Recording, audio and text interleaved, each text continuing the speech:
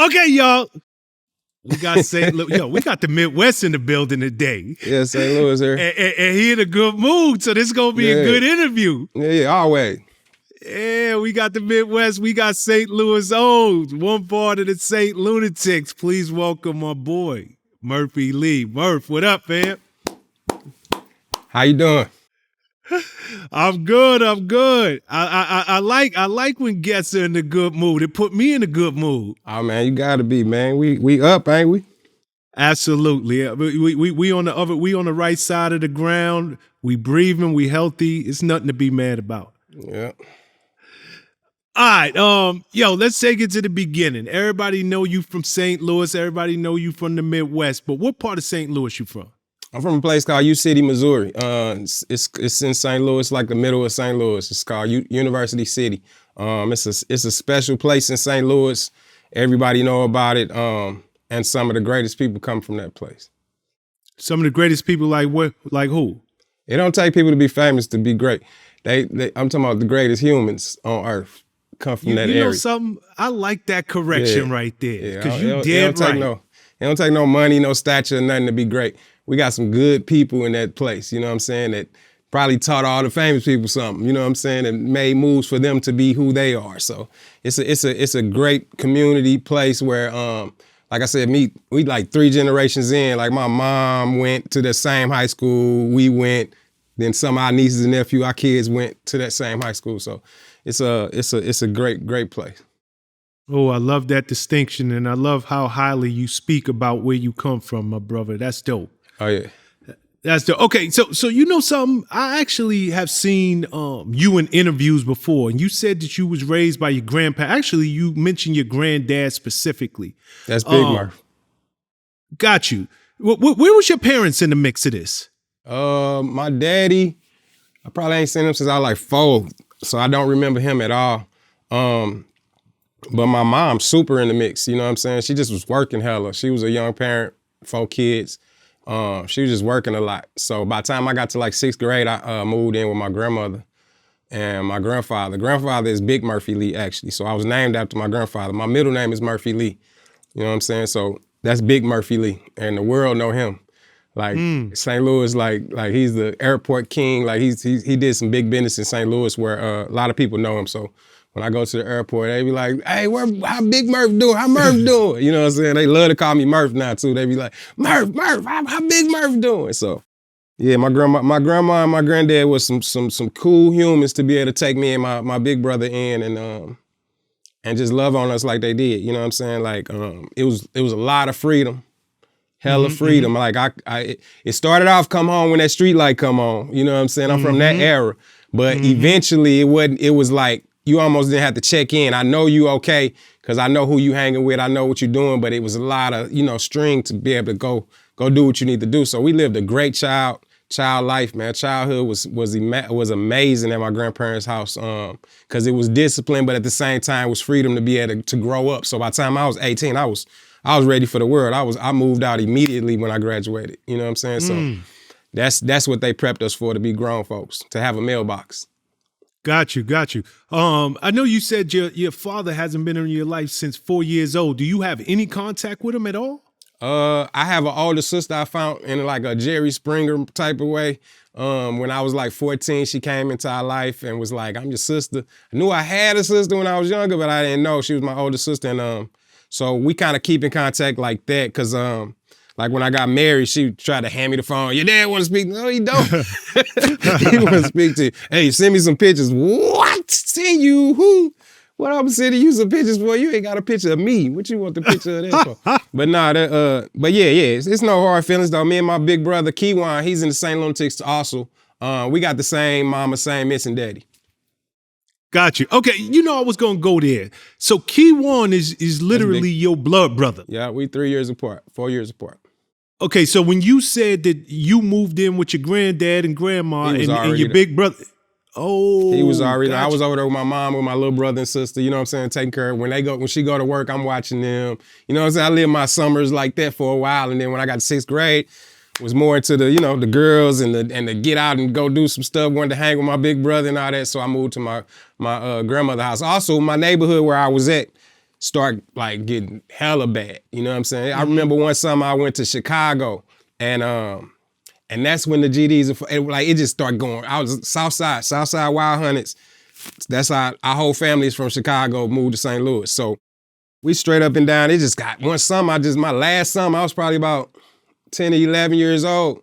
That was my last summer of going up there for whole summers.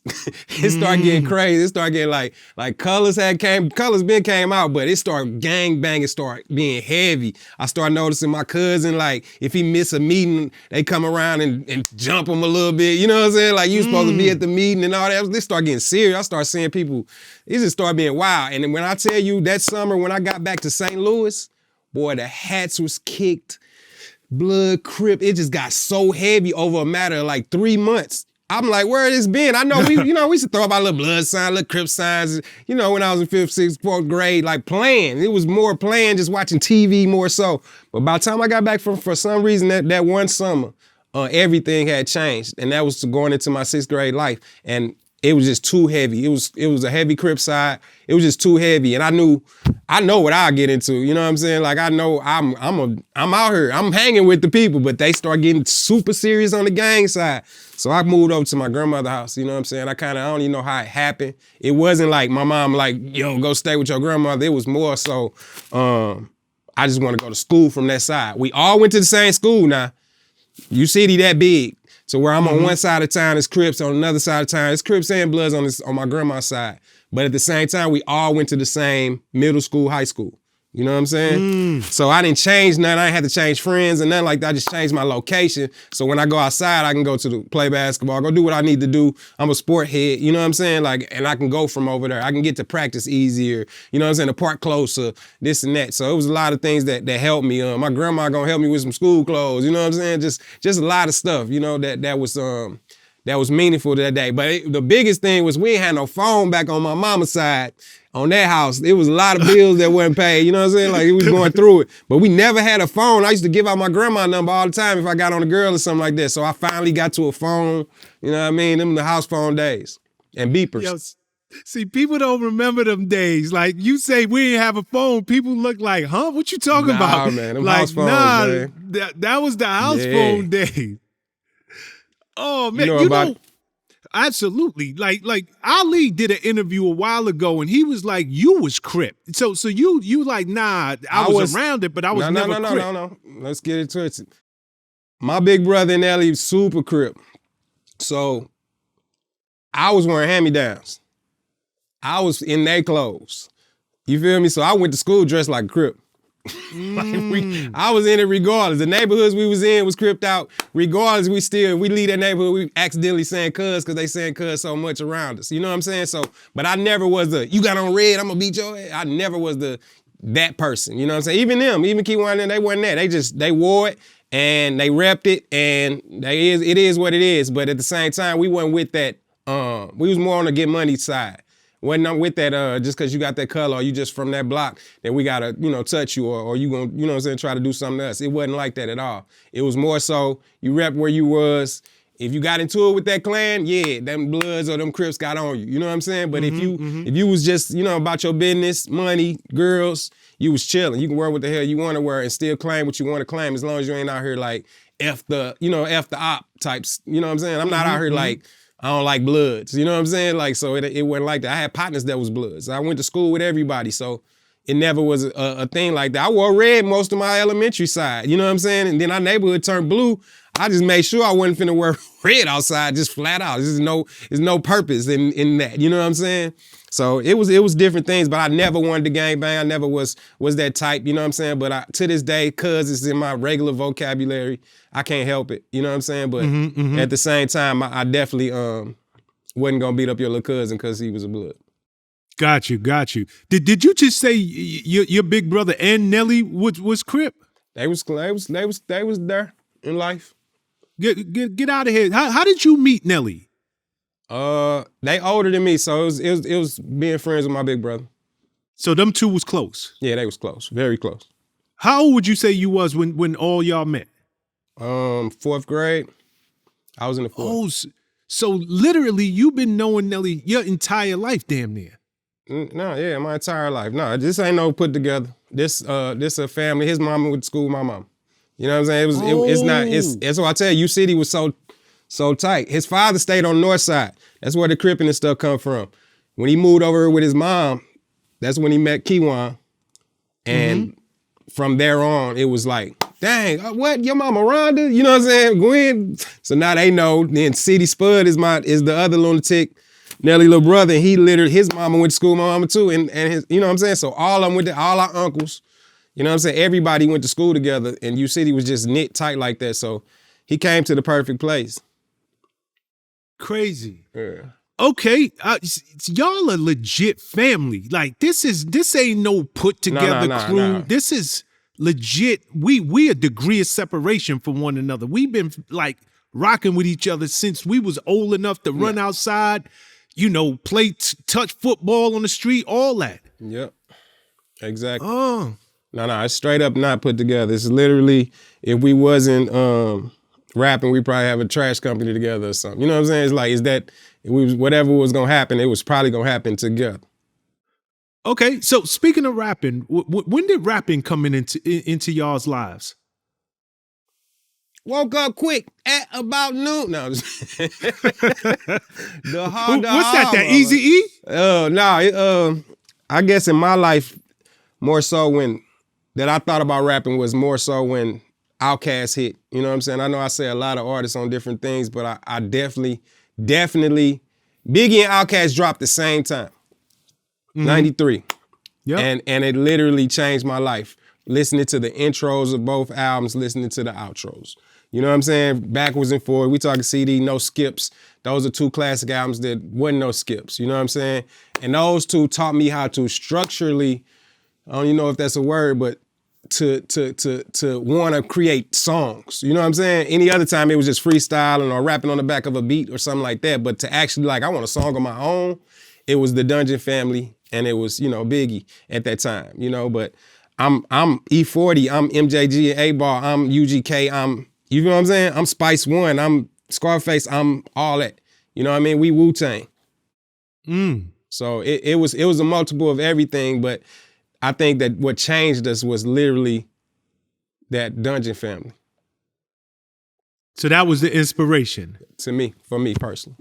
Okay, so was it always that y'all was gonna be a group, or was y'all individual artists and just like, yo, you know what? Instead of just being individual, we in a small town, we in St. Louis, let's just come together and see what we can make pop. And we're going to the same places, we're doing the same things. It was kind of almost impossible to be individual artists. So once we took it serious, yes, we was a group. You know what I'm saying? Gotcha. I think the first songs I heard from us was Kiwan and Nelly. They went and recorded a song. They did that was raw. And after that, City Spud was always going around eating up people in ciphers and things of that nature. Ali had already had a deal, then did everything. He actually started off as our manager. He was actually trying to put a group together to manage. And that was us. You know what I'm saying? So once all of us got together, it was perfect. And then we lost a member. A member passed away. And actually he quit the group first.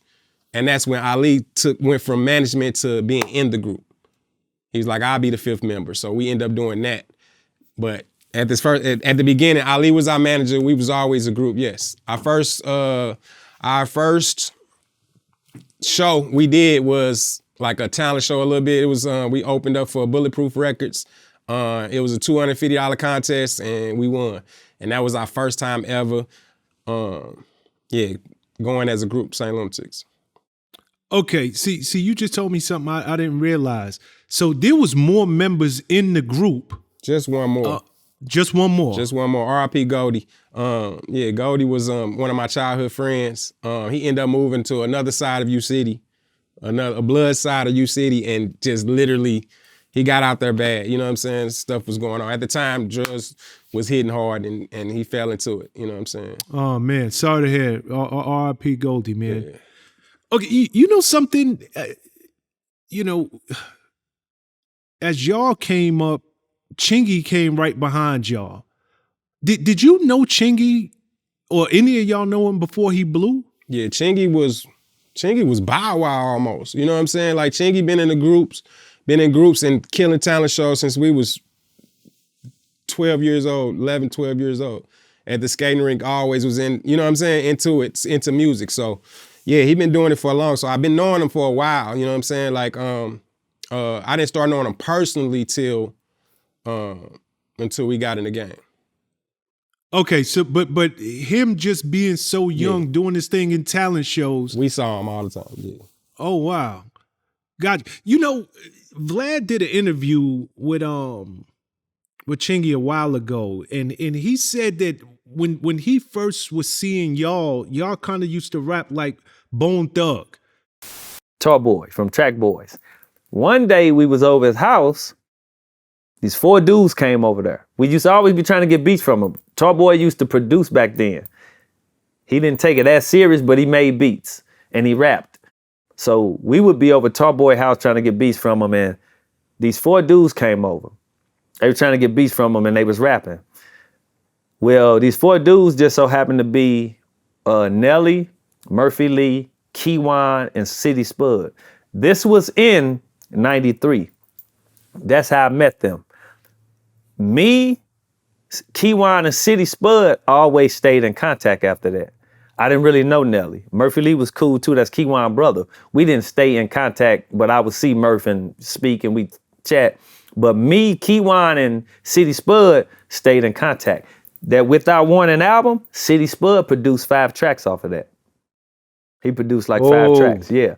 We was working together. Okay. But Nelly, I didn't know like that. I just met him that day. And this is when they all rapped fast. Like, they was like Bone, like rap like Bone type of rap. They all rapped fast. He hadn't became to that style that he have. He rapped fast at this point. That's when I met Nelly. Nelly used to rap like Bone Thug. Got you. Everybody else we 5 different individuals. We all came in a Wu-Tang fashion where we all had different styles. Like it's nobody rap alike in St. Lunatics. You know what I'm saying? So we came in. Bone was definitely a big influence on a lot of us. But that was Nelly, and Ali was Wu-Tang, Nas, and more East Coast stuff, Mobb Deep and things of that nature. I was UGK, MJG, and A-Ball. Keywan was Spice One, Scarface, and E40. You know what I'm saying? Mm-hmm, City Spud was Spice One and whoever. He loved music, so he one of our producers too. So he just loved all types of music. But we all came from different loves as far as the music part of it. Got you. You know, y'all first hit independent. It was local. Give Me What You Got. How did that record come together for y'all? I was at school. I actually wasn't even on the verse. I wasn't even on the song, which pissed me off, but it was still a group record. Ali came up with that. Ali was a master at creating songs. He's the ones who taught us how to create songs, how to write bars, how to do it all, start, middle, beginning type of thing. Whereas we was just freestyling and trying to, you know, when we write, we didn't have no structure for real like that. He brought structure to it. And one of his first big songs that he recorded was Give Me What You Got. He had the first 2 verses. He was about to do a 3rd verse, took that verse off and put Nelly on it and called it a St. Lunatic album. I mean, a St. Lunatic song instead of, you know, he could have been like Ali featuring Nelly, but he called it a St. Lunatic record, and that thing blew up like no other. Yeah, I mean, I got to shout out my boy DJ Cut. Because Cut was really on the front line of helping to break that record. And I don't know that he gets the credit that he deserves, but shout to my boy DJ Cut, who always represented it. Cut always get the credit from us. Cut was one of our first DJs on the road. He was on tours with us the whole 9 before he got his New York job. Man. Yeah, Cut was one of the DJs who helped out on that thing, man. It was a few of them. It was a lot of them radio heavy. The radio really put that thing in a super play because it skipped DJs. It skipped the club first. You know what I'm saying? It went straight to radio. Like we walked it to the radio and got it played. So it went there first, and it was like, we got one. They was just happy to see that St. Louis had a professional sounding song. They kind of didn't care what was on it at first. You know what I'm saying? As long as it sounded like I can play it with the other songs that I'm playing that's from out of town, I'm with it. You know what I'm saying? Then it end up being like, oh, this is a good song. It's not only sounds professional, it actually, all he's saying is, okay, I see you. So they ran it, man. It was like the #1 song, in the on the new year when they do the top 200 or top songs of the year or whatever. Yep. We was #1. We was the top song of the year over everybody who was signed, over all the artists from Michael Jackson to Jay-Z, man. That Give Me What You Got? Give Me What You Got, 97. Yep. Yo, see, That's what put us in a place where I was leaving school to go tell other people to stay in school, performing at their schools. You know what I'm saying? I'm talking about like it took us to another plateau where I was at school famous. I was just a sophomore. You know what I'm saying? And we literally was out of here for real. Like if we had some real representation, we'd have been gone. And I'm glad we didn't, because it wouldn't have hit like it hit when we got on. You know what I'm saying? We'd have been out there with Give Me What You Got instead of out there with however we came out. You know what I'm saying? I don't want this to go over people's heads, because especially at that time, rap wasn't what rap is in 2023. It wasn't like it was dominating the charts. Yeah. It was a lot of stations that wouldn't even play rap music. Like rap was considered underground, and it was just starting to make its way up. So for the fact that it was shared radio. Like right now you got hip hop stations that say hip hop and R&B, but then it was like we playing all this on one station. It wasn't even called hip hop and R&B. It was just called, it might have just been R&B. Like it was just a station. That's all it was. You know what I'm saying? They just played good music. And if you had a nice song that could top some charts or even think like it can do something, they played it. And they was not playing no local nothing. You know what I'm saying? Nah. They would in the club. You might have a few cats that had club records that went on, but radio, they wasn't messing with nobody. So I was very thankful of Ali for even coming up with that. J.E. for creating that sample. Him and Ali came up with the craziest sample, and Give Me What You Got just lifted. You mentioned earlier City Spud. That's Nelly's brother. Just as y'all start to blow, he get locked up. What happened with his case? He got 10 years. I know what happened. You mean when did he get out? Nah, I know what happened with his case. He got in trouble for some stuff that happened. You know what I'm saying? He probably wasn't the one who did. He probably didn't want to tell on somebody, and he had to do the time. So he did 10 years, 8.5 actually. Back then it was more. You got to do 85% of your time or whatever. And he knocked him out and came home pushing. You know what I'm saying? Now he on the road to this day. So yeah.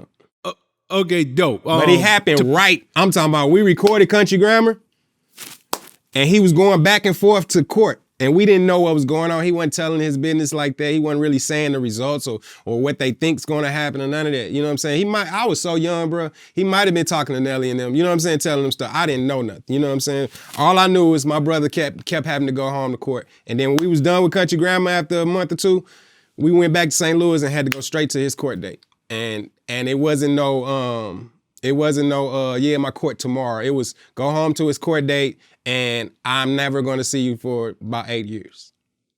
Thought he was getting we got there, they was having a 3-year conversation with the lawyer. It was supposed to be 3 years, and then next thing you know, judge hit that gavel and told him 10 years. He turned around, put up a 10. I went to the bathroom and cried. Wow. Okay, so I want to go backwards because I want to fill in the blanks, because maybe people don't know this story. From what I understand, he was a small time marijuana dealer, if you will. A robbery took place and somebody got shot. That's some shit. You ain't even gotta go there. That's some shit you gotta ask City. I got you. I was literally a baby, and I definitely ain't the one to say he was a small-time marijuana dealer or none of that stuff. I don't know what he was. I know he was a rapper in the St. Lunatics, and City would have to tell you something like that. All I know is my brother had to do 10 years. I ain't like it. At all. Fair enough. You hear me, Prez? I ain't like it at all. Fair enough. Yo, I like your style, Murph. Okay. Country Grammar. I know it came out independently. So it didn't start off independent? I thought it started independent and then Universal picked it up. Nah, that would have been dope too. No, we did have a version of Country Grammar. It was called Hot Shit. Exactly. So yeah, that was on our demo though. You know, we got signed through that. That's all. Okay. So when he was going back and forth to court, this after all the years of y'all working together, all the years of y'all grinding, finally when that monster dropped, he didn't really get to touch down and see like this rocket ship go to where it went. He had already been locked up at that point. Nah, he didn't even get a chance to be in the Country Grammar video, which would have probably put him in a different level in jail. You know what I'm saying? Like, it probably would have had him somewhere else. But they always knew he was a St. Lunatic. We named our Lunatic album Free City. And we always kept his name in the public. So he probably was living well in jail. You know what I'm saying? Like, back then, you know, there wasn't no cell phones or nothing like that. And house phones, we wasn't even at the house. So a lot of times communication was very hard with that back then. You know what I'm saying? You ain't like you could beep us. Ain't like he could two-way us. ain't like he could do nothing. You know what I'm saying? So a lot of times when we was off the road was the only time we get to really talk to City. And yeah, he missed it. He missed the boom. He actually missed the part that would have had him, even if he was locked up in a whole nother situation. But at the same time, he produced 4 records on the album. He wrote on the album, and he was living. Gotcha. You know something? Y'all was a group. How did Nelly catch that solo deal? Like, as opposed to St. Lunatics getting signed first? I don't know. We used to lie and say that didn't nobody want us, so we just walked up and got one. But come to find out, as I grew up, like I said, I was so young then, so I was just going with shit. You know what I'm saying? But now that I'm older, I realized that the production deal that we had signed before that, they didn't even shop Lunatics. He was Nelly'd out from the jump, and I didn't know that. Are you serious? Oh, super serious, super serious. Nelly used to be out of town a lot, and I ain't know why I was like that. But then we come to find out they was shopping a Nelly deal, and you know, they ain't no hatred there. So if he get on, we on too. So I never looked at it as a bad thing at all. But it was weird to find out that you never even took the group in there. Now on the demo, there's 4 or 5 group songs. You know what I'm saying? But at the same time, how they promoted it made it seem like, see, the person we signed with he was with Biggie, you know what I'm saying, Cool to Love? He was with Biggie, he was with Mace.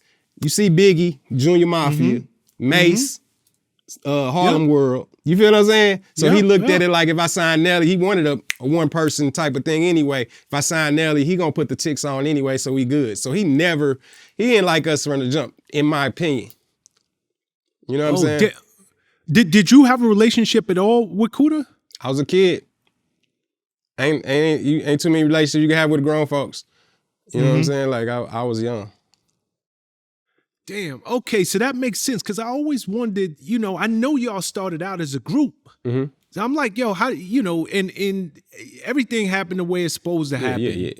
But I was like, I wonder how Nelly caught a solo deal before the group even came out. He just, in my opinion, personally, everybody might not agree, but in my opinion, he was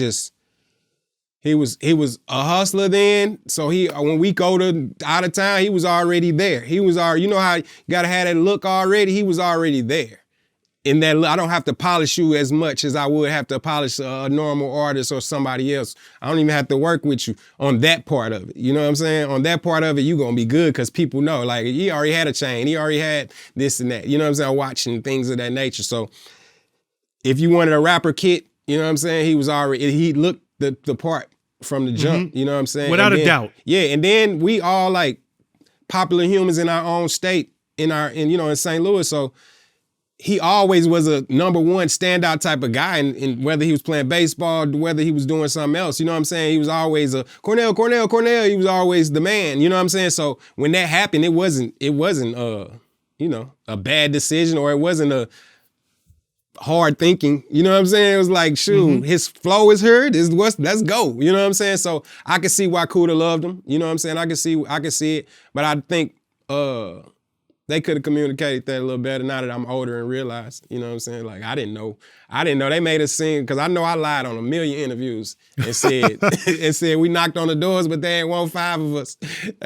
So we just tried with one. Like, no, that's not how that happened. We'd have easily got signed as a group, because everything on Country Grammar is a group. You know what I'm saying? Yeah. Okay, Country Grammar, when it touched down, it shook the world. Like Country Grammar, the album dropped, debuted number 3. I thought it was number 1. It didn't go number 1? Nah, it went number 1, but it debuted number 3. It eventually went on to be a diamond album. Like, you have artists that got 30, 40-year careers that don't come close to a diamond album.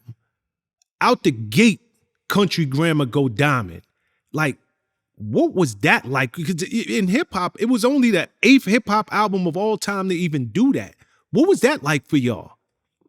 The diamond situation, we found out late. Like, it was like 012, 013 or something like that. Yeah, it take time. It take time to sell those records, that many records. Yeah. So in the midst of it, we just was selling a lot of records.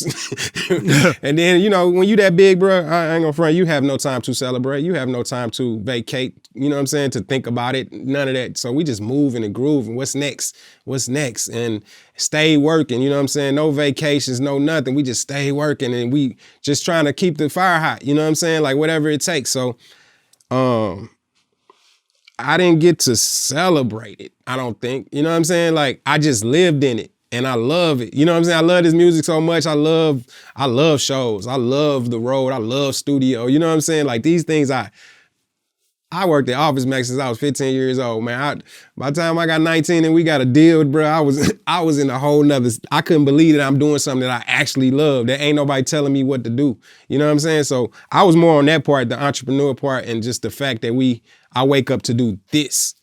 More so, that was my celebration, more so than like, oh, we sold this many records, or we got this, I got a Grammy, I never celebrated. We never celebrated the accolades. Nelly probably felt it, you know what I'm saying, like a mug, like cause he always tried to shoot for that number 1 spot. Like when I make these songs, I need to be this big, so I think he knew, you know what I'm saying. But as far as me, let me stop speaking for anybody else in life. As far as my grown ass, I was more happy that I wasn't out selling no dope or working at Office Max type thing. I was happy that I can do something I love and have a chunky bank account for it. I ask everybody the same question. When that money started to roll in, what was your first big purchase? Nelly made me buy. I say he made me buy because if I was by myself, I'd have been like, what? No, I'm gone. I bought let me take it back. Source magazine. What's my boy name? Who, Dave Mays? Dave Mays. We go to New York, record Country Grammar, right? So we doing certain things. Kuda want him to, bump people. We riding with like people like Clue, or we end up riding with people like Dave Mays, go play basketball or something at the gym, right? We went with Dave Mays one time and he had a Benz wagon. And I was in the back seat of that mug. I'm talking about I fell in love with that mug. It was crazy. I ain't got no kids, no nothing. I'm a child. What the hell I'm gonna do with a wagon? But it was a Benz wagon. So boom, we first got our little check. It was small. It probably was like 40 grand or something I had or something like that. I think Tix had, we had like 40 grand a piece. I don't know what was in Nelly account, but us, I know what I supposed to spend. I ain't supposed to spend this bread. I was supposed to keep this as long as I can until the next check come, right?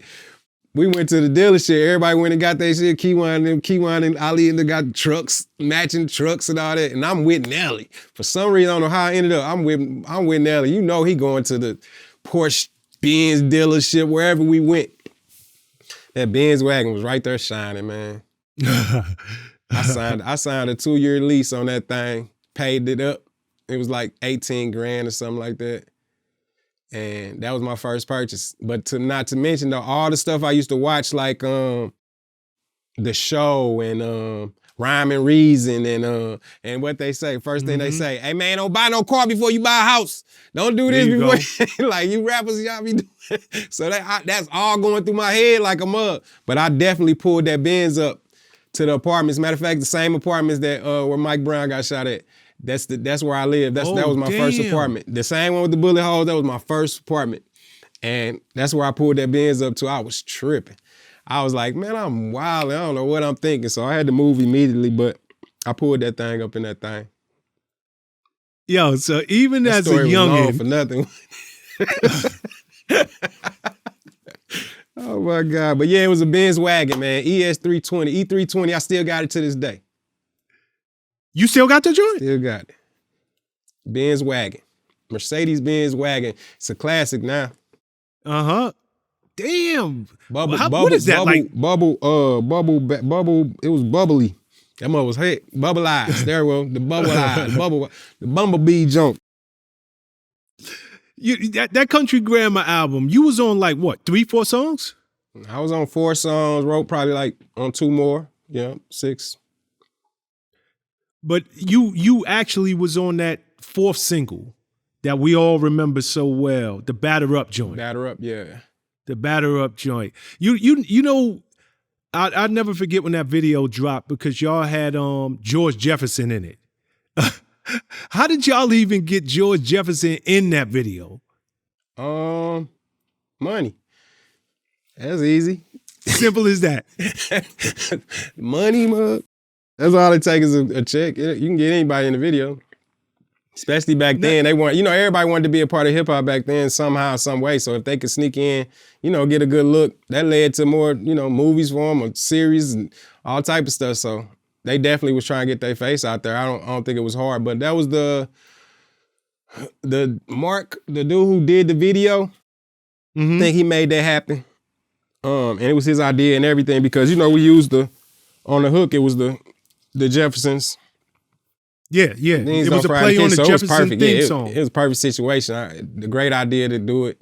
But I think he cost a little bit. I don't know exactly how much. I think a rumor was like 15 grand or something, 5 to 15 grand.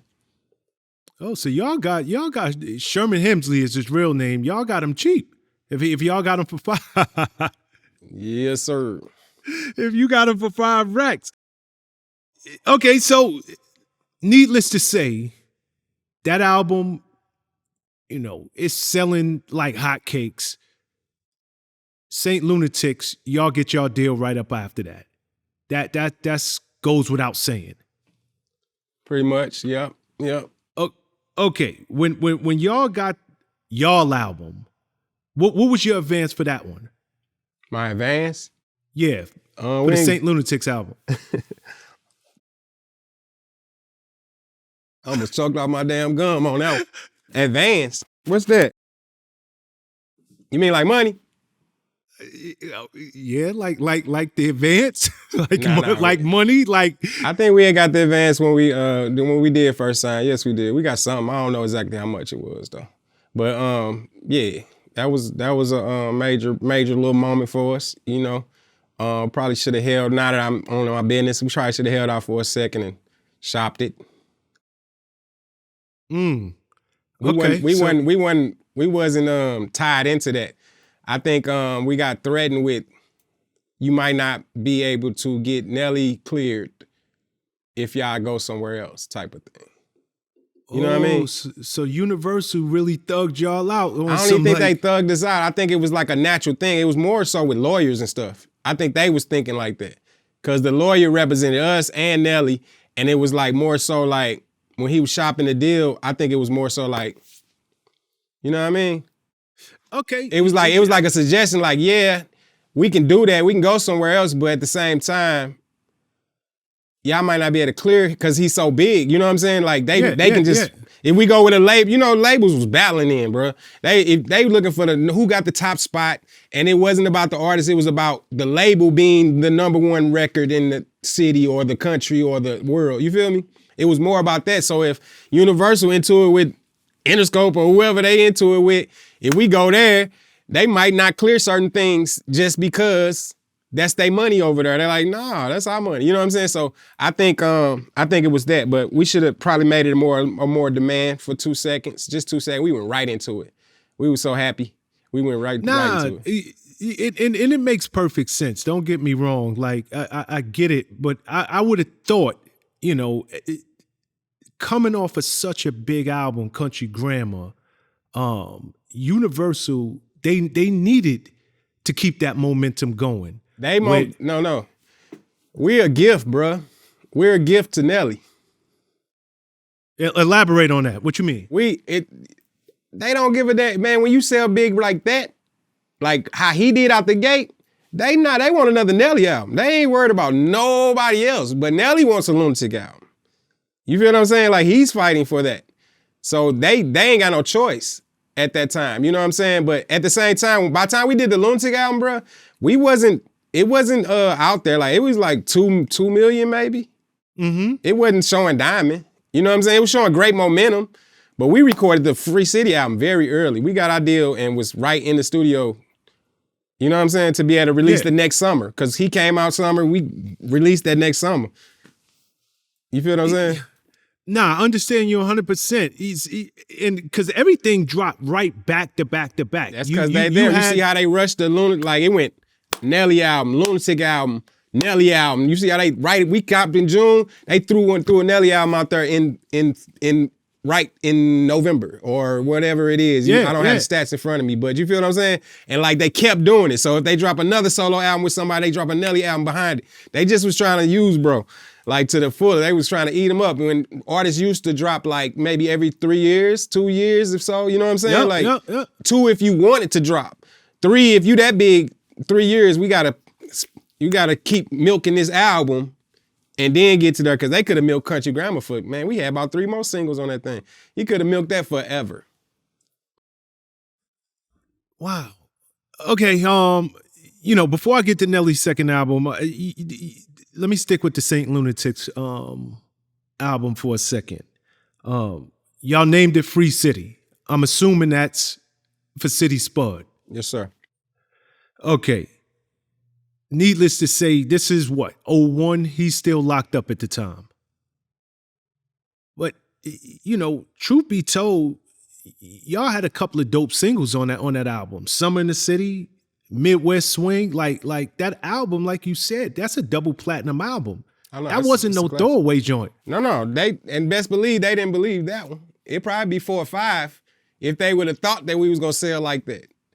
It's no groups out in the world that does well after someone singly does that good. Murphy Lee was not supposed to do well after Country Grammar. Lunatics was not supposed to do well after Country Grammar. You feel what I'm saying? But what the thing was Country Grammar was a tick album. So we literally out there, we was the Nellys for damn near a year. Correct. Like they didn't even think Nelly was a solo artist. Like it was like that. You feel what I'm saying? So when we out here and performing and promoting and doing these things, it's coming across like that. It's not even coming across as if this is the world seeing it. But labels are in their offices. They don't send people out much, especially after you done blew up. At the beginning with the promo, they had their people out there trying to get you right. But after you 2, 3, 4 million in, they cruising. So they doing nothing, but everything they do is from the office. Oh, let's get them on Jay Leno. Let's get them on here. We just cruising now. You know what I'm saying? So, but we see it. We see that, damn, boy, they love the Schoolboy. Oh, man, they like the big dude with the beard. You feel what I'm saying? To where we turned into, we wasn't competing with Disturbing the Peace and G Units. We was competing with NSYNC and Backstreet Boys and, you feel what I'm saying? Like, if Boys the Men was out, you feel what I'm saying? Like, that's where our life was, far as females and our popularity, far as girls. You know what I'm saying? Far as our fans. Our fans was looking at us like a pop, like a phenom. They never seen nothing like this. They didn't play no, they would have never played no St. Louis music in New York. They would have never played this in Cali. You know what I'm saying? Like this, it went to different levels from different singles. Country Grammar tore the Midwest and South up. EI tore the East Coast up for some reason, and West Coast love it because it sounded a little Mexican a little bit. You feel what I'm saying? Like, and then Batter Up was just like, what the hell is they doing? Why are they so colorful? What are they doing? You feel what I'm saying? Like we was literally constantly blowing your mind, putting more into your thing. Like videos, how we did it. That's if you look at Country Grammar, every video after that start looking like Country Grammar. If you look at Batter Up, every video start looking like Batter Up after that. jerseys, how he's coming with our colors, with the stuff we was wearing, the things that was going on. The label didn't give a damn about that part. They was about chart topping, number one this. So they never had a chance to look at our shows and look at the impact of things. All they saw was that, why in the hell is it a year later and this man's still top 10 selling records? Not top 10 with another song, but top 10, like, why is it still selling 130,000 copies when it been out for a year? You know what I'm saying? Like, they didn't understand it. So that's all they thinking about. They not thinking the fact that, dang, the group is dope. Like, they doing this, they making moves. That's why it's like that. It's too much. It's organized confusion. You know what I'm saying? Like, they can't even get it yet. They still ain't got it. They still don't get it to this day. You know what I'm saying? So that's what happened. Lunatics blew up like, damn, if they'd have had more records in the stores, more things, we would have sold out even more. You know what I'm saying? Like, it would have been way bigger. We only got one single off of Lunatic album. One. And it's at least 7 of them on there. We got one off because... I thought y'all had two. The Summer in the City and the Midwest Swing joint. Summer in the City was a soundtrack. That don't count. They didn't pay for that. You know what I'm saying? They ain't had nothing to do with that. So Summer in the City was a soundtrack.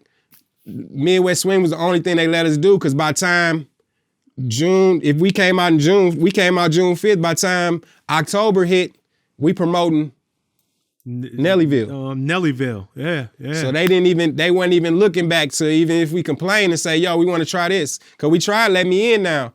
We shot the video with Benny Boone and everything, and they didn't want to put it out because they were on Nellyville. And that's how they roll. They like, yo, this quarter we dropping this. Nah, we can't do that. They save their money in those areas. You know what I'm saying? They feel like maybe if we drop the Nelly album, the Lunatic album will still automatically keep selling because they out there on the road with him. They just used the fact that we stayed on the road with Nelly. You know what I'm saying? They was like, it's gonna be promoted regardless.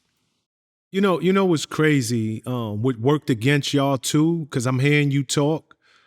It was no social media during them days. No, I'm just saying, like, they didn't feel the impact that you was feeling. Like, people loved the group. Like, they just can cruise control the impact. You feel what I'm saying?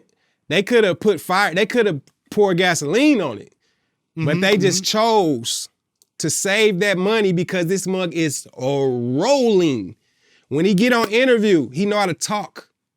When he gets on these shows, he's not wilding out. When he goes home, he's not going to jail. When it's nothing but good pub. He's a great guy. They done learned to love him.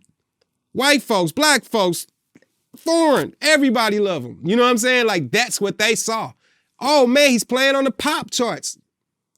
All the songs. Ride With Me should be the only song on the pop chart. But Country Grammar moved to top 40. You feel what I'm saying? E.I. even went top 40. Batter Up went top 40. It was like, it's just that part of it. Like, they literally went on cruise control and said, if he willing to drop another album, shoot, we finna keep going. And it just so happened that we know how to make hits, because anything off would have threw that off. You feel what I'm saying? Like, if it wasn't no Hot in Here and Loving Me on Nellyville, it would have been over. It would have just been over. Like, they would have never gave us a chance, Murph a chance, none of that. It would just, that's how they roll. It's a label, you know what I'm saying? And ain't nothing wrong with this business. Believe me, I love the way everything went down. I don't never wanted to be a sob story. I'm never a label hater. I think all people should get with labels, especially if you don't have your own team, the whole nine. So I never want to get on here and be like, man, they messed up our stuff. Nothing happened. I'm just grown and able to say, oh, that was the reason behind that. Not the reason why for L though. All of them was W's. So it's really just the fact that, oh, y'all could have did that more, but y'all didn't because you didn't trust that. You got 1,700 artists on your label, and the top artist is Nelly. Out of all them 1,700, forget the Lunatics, forget anything, you're not just using him. You know what I'm saying? Like, you ain't just using us to satisfy that. You using him to pay for everything on his album, on his label. He's the money winner. Between him and Cash Money, nothing's bigger around here. So that's what I was gonna say. That's the whole thing. So we just caught in the raft of that. You know what I'm saying? And it was pretty dope to even, just be on that wave. Period. So I was happy the whole time. And you're speaking a lot of truth. That's number one. I worked at a label for my the better part of my career. So I understand the politics that goes into we got to keep the lights on. Got to keep the lights on. You know, we're talking about you, the Ticks, your whole crew. But truth be told, it was a lot of art. I mean, we talking about Universal Records, 2001, 2002, 2003. If it wasn't y'all, if it wasn't Cash Money, it was a whole lot of artists that was literally shelved during those times. Because if y'all had a hard time, imagine all them other artists that wasn't selling millions of records. They somewhere saying the same thing you saying. Flat out. No, they definitely mad and they see it. You know what I'm saying? You was able to see it, but man, it's a gamble, bro, when you're dealing with the labels and stuff like that. Because everybody worry about, I could have blew up, I could have did this, I could have did that, but what if you didn't? Yep. They spent that money. You know what I'm saying? Like at the end of the day, these folks you don't even know from tit to tat spent all they bread on you. You feel what I'm saying? And if you don't hit, they ain't like they at your door taking your old, like if you got another job and they went to your accountant and like took it out because you owe us, they ain't doing that when they in red. They just stay in the red and use a Nelly to pay for it.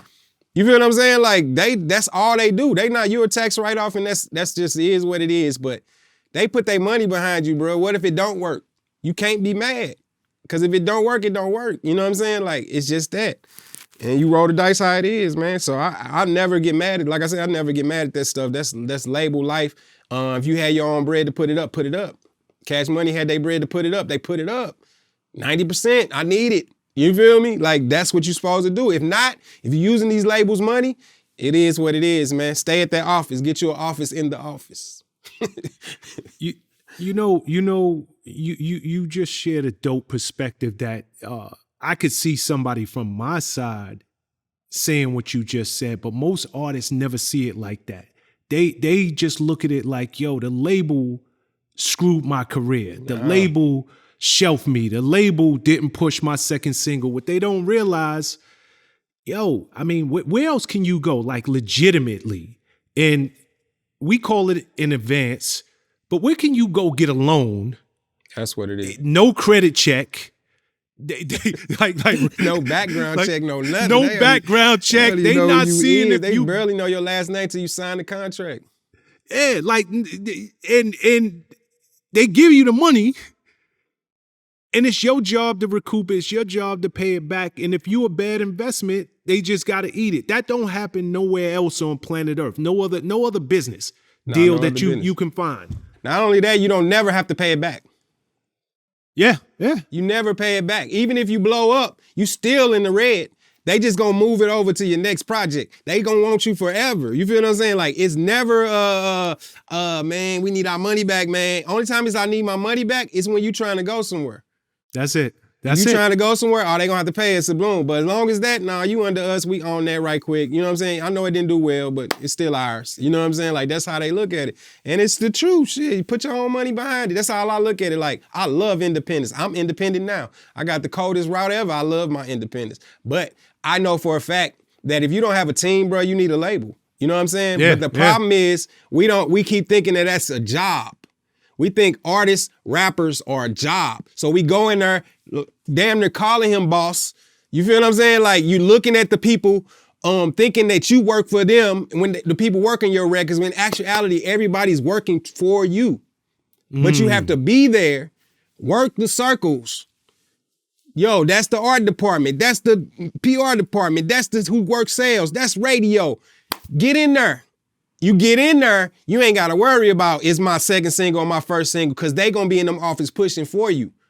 But as long as you stay your little St. Louis butt at the crib, and we in New York who don't even like at that time, we don't even like South rappers. We don't even like that type of music. And y'all taking over the game, it's bull. They actually mad. So if you ain't up there showing them your personality to let them know that, yo, I'm actually a good person. I'm cool as hell. You really want to be around me and smoke a joint with me. But you're not doing that. You know what I'm saying? So I advise any artist that do get signed to a label, your team, management, I don't care who it is, they got extra offices in them offices. Get you one. Yo, let me stay in here for a month. They will let you get a whole cubicle. Keep your people up there. Let them work the departments. Yo, when it's time for albums to come out, yo, we work in these departments. Oh, they social media. Let's go get it with them. Yo, y'all got any ideas we can do for this project? You know what I'm saying? But as long as you're out of sight, out of mind, away from them, just living off your advance and all that, and going to do your shows, doing your own thing, thinking it's just supposed to blow up, you're going to get lost in the sauce. It's too many artists, bro. It's a million artists out here. Yeah, I'm going to tell you something. If you ever get tired of being an artist, you need to start a conference, a summit, a convention, because what you just dropped, like that was a master class to artists. Independent, signed to a label. What you just dropped is so real. And like I said, I spent the better part of my career sitting on the other side. And you know the artists because some artists, you know, a Biggie is going to hit. Mace is going to hit. Puff is going to hit. But when it came to people, and I tell a story all the time, like a Shawn, I never forget. Shawn was a youngin'. He was coming in the bad boy. Everybody compared him to Big. But Shawn damn near got a room in that office. He used to sleep in the office. The way you saying, yo, you better go get yourself a bed and put it in that office. That's what he did. And because of that, it made the staff, it made the team want to work that much harder to break that kid. Flat out. It's just that simple, because it was personal now.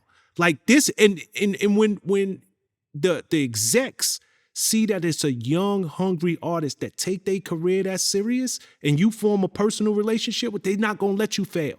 And if you do fail, you can know everybody went 120 for you. So you just dropped a lot right there, kid. It's real. Because if you just think about all the artists. If you ask Shawn right now to this day, it's 20 years, 30 years later, ask him who was running the label when you was there. He gonna know first and last names. Absolutely. Because he was there.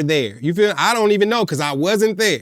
I remember certain people, I don't. You know what I'm saying? But I watch anybody in the industry who be naming people, oh, that's Tom Mitzkowitz. You know what I'm saying? When they be naming people, them people was in them offices stealing checks. And you can be in them office and they will give you checks. They will still, you can work at the office. You can say, yo, let me help y'all with the other stuff. And they have put you on payroll back then. You know what I'm saying? Like, it was that deep. Like, we just gotta realize that out of sight or out of mind, it's real as a mug. When we first went out, they were sending certain people out there to do promo with us. We was in good with them folks.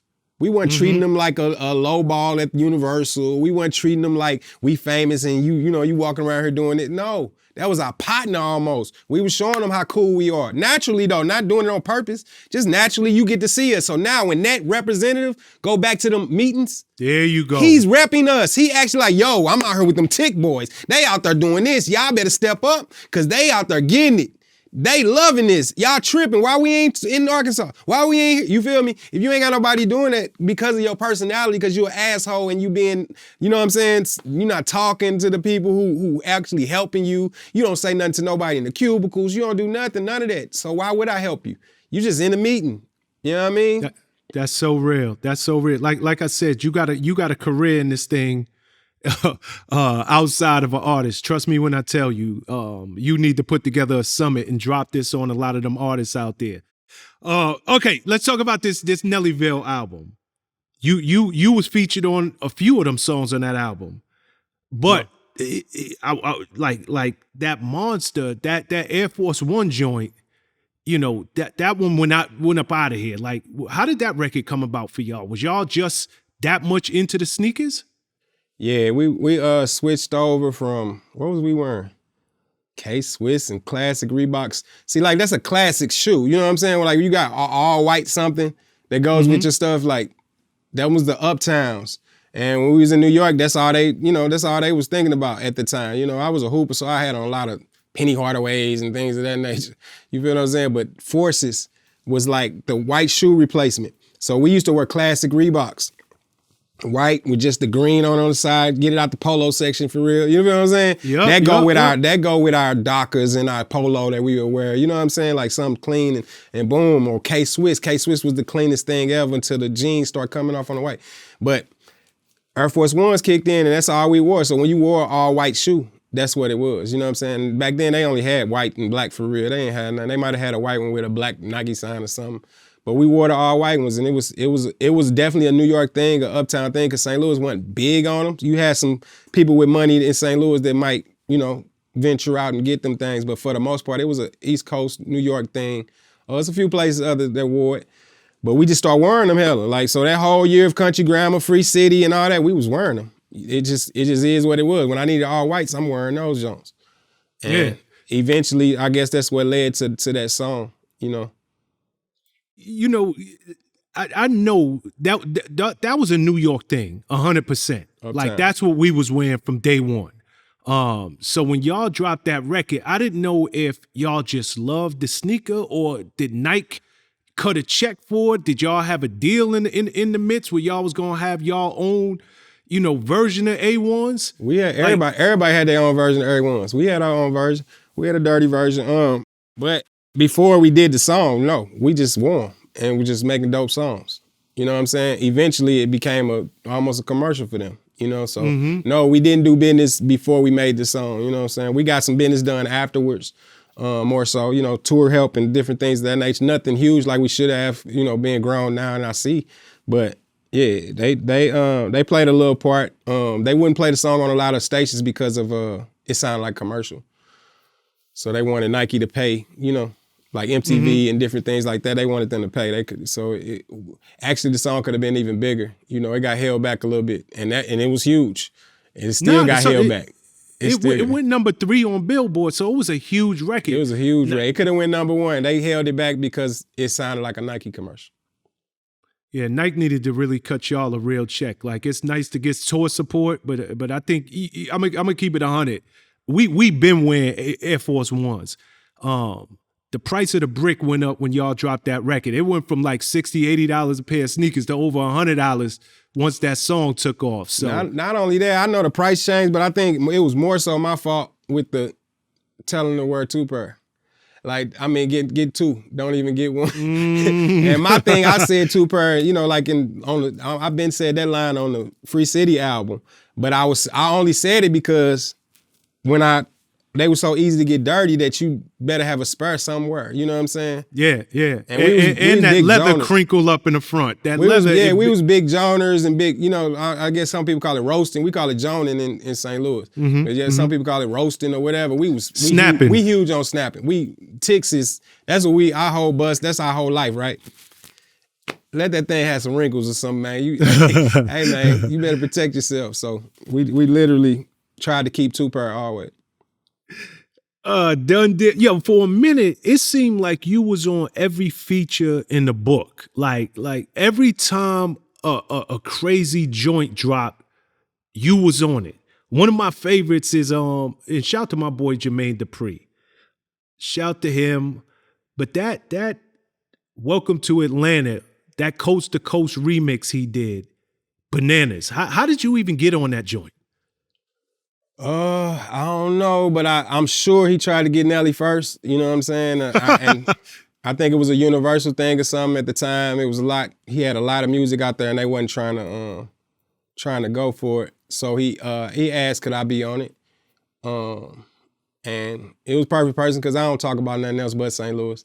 So it was a perfect. I'm a demographic rapper. You know what I'm saying? I love my city so much that I'm always gonna bring up something and relate it to that with similes and so I literally hopped right into that thing. I'm so glad I got on it. I'm so glad Jermaine let me on there, rather. Nah, that remix was crazy. I mean, and you was on there with the big boys. That's I mean, it was Puff in New York, Snoop in LA. But was Ludacris on that joint? Nah, I know Luda on the original. Luda on the original. Luda on the original. Yeah, and like I said, I didn't know who was gonna be on there or nothing. He didn't even say, actually I shot my part and still didn't hear the song. I only knew my verse. Like I didn't know Puff was before me. I ain't know none of that. I ain't know Snoop was after me, Puff was before me. All I knew was Jermaine was doing the remix and a version. And I thought he was doing a version like me and him. That's a song, and then he'd go somewhere else and do a remix with somebody else for that region or whatever. That's why I thought it was gonna be regional almost. I didn't know he put 4 people on there, Even because we shot the video and it just kept running back the verse. So I didn't even know. I just was, like I said, I was happy to be so a part. y'all never heard it all I didn't hear it together. till the whole video was together. And he ended up sending the song in the video like, oh man. So I never knew I was part. All he was saying, he was trying to do different regions and represent your region when you rap. You know, it was dope too, because Nelly was standing right. Where was y'all in the Cardinal Stadium? When you did your joint, Nelly was right behind you supporting, even though he wasn't on it. But he was right there in the video. Yeah, no, he never have a problem like that. I never been the one to be like, man, Nelly didn't help me. I'll never be like that. But I'm sure JD played a big part of that. But like I said, at the beginning of our times, it never was a solo project. Nowhere. You feel what I'm saying? It always was just a Tick thing. Because like I said, we came in as the Ticks. We didn't come in as a Nelly. We didn't come in as a Murph. You know what I'm saying? We came in as Lunatics. So even when we got a Nelly project, this is Ticks. This is Tick music. This is going to be a Tick show. This is a Tick life. You feel what I'm saying? Like, it never was different. Only thing is that, just like in the 60s, you got Gladys Knights and the Pips. You got this and that. They always gonna separate that beginning. You know what I'm saying? And they did that. And once they said Nelly and the St. Lunatics, instead of just saying St. Lunatics, period, and just knowing that Nelly's a part of the Ticks, they separated us. You know what I'm saying? End up putting us forward with this one. And it just always end up looking like that. So it always on flyers and things of that nature, you're gonna see Nelly and the St. Lunatics. Once you do that, ain't no coming back for that. You know, so that's why it always looked like a solo thing. And it just never was. So it was weird. And it become solo till damn near 09, 010, you know? Which is crazy. Okay, speaking of you continuing to kill these, because you must have been working like nonstop at that point, because you was on that Rock the Mic remix too. And I thought that you was on everything, but you know what was dope about what you was doing? Because you definitely repped that Midwest all day. You sounded like where you was from. You didn't compromise at all, but you was getting love in the South. You was getting love on the West Coast. A Rock the Mic remix, that's East Coast all day right there. And you fit right into that joint. Man. Yo, the first time I met Beanie Sigel, bro, 01 Country Grammar release. And Beanie was opening up. Now, I ain't gonna say like opening up, but it was other acts on it. It was like a radio show. So our release party ended up being like a radio show somehow. We ended up with the radio with the release thing, right? They brought other artists like Beanie Sigel, a few R&B artists, Maya. It was a few people, right?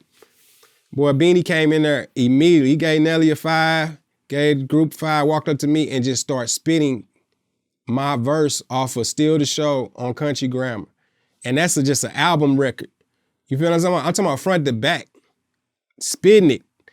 I was like, whoa, and that made me look at something too. I'm like, damn, I'm coming with bars.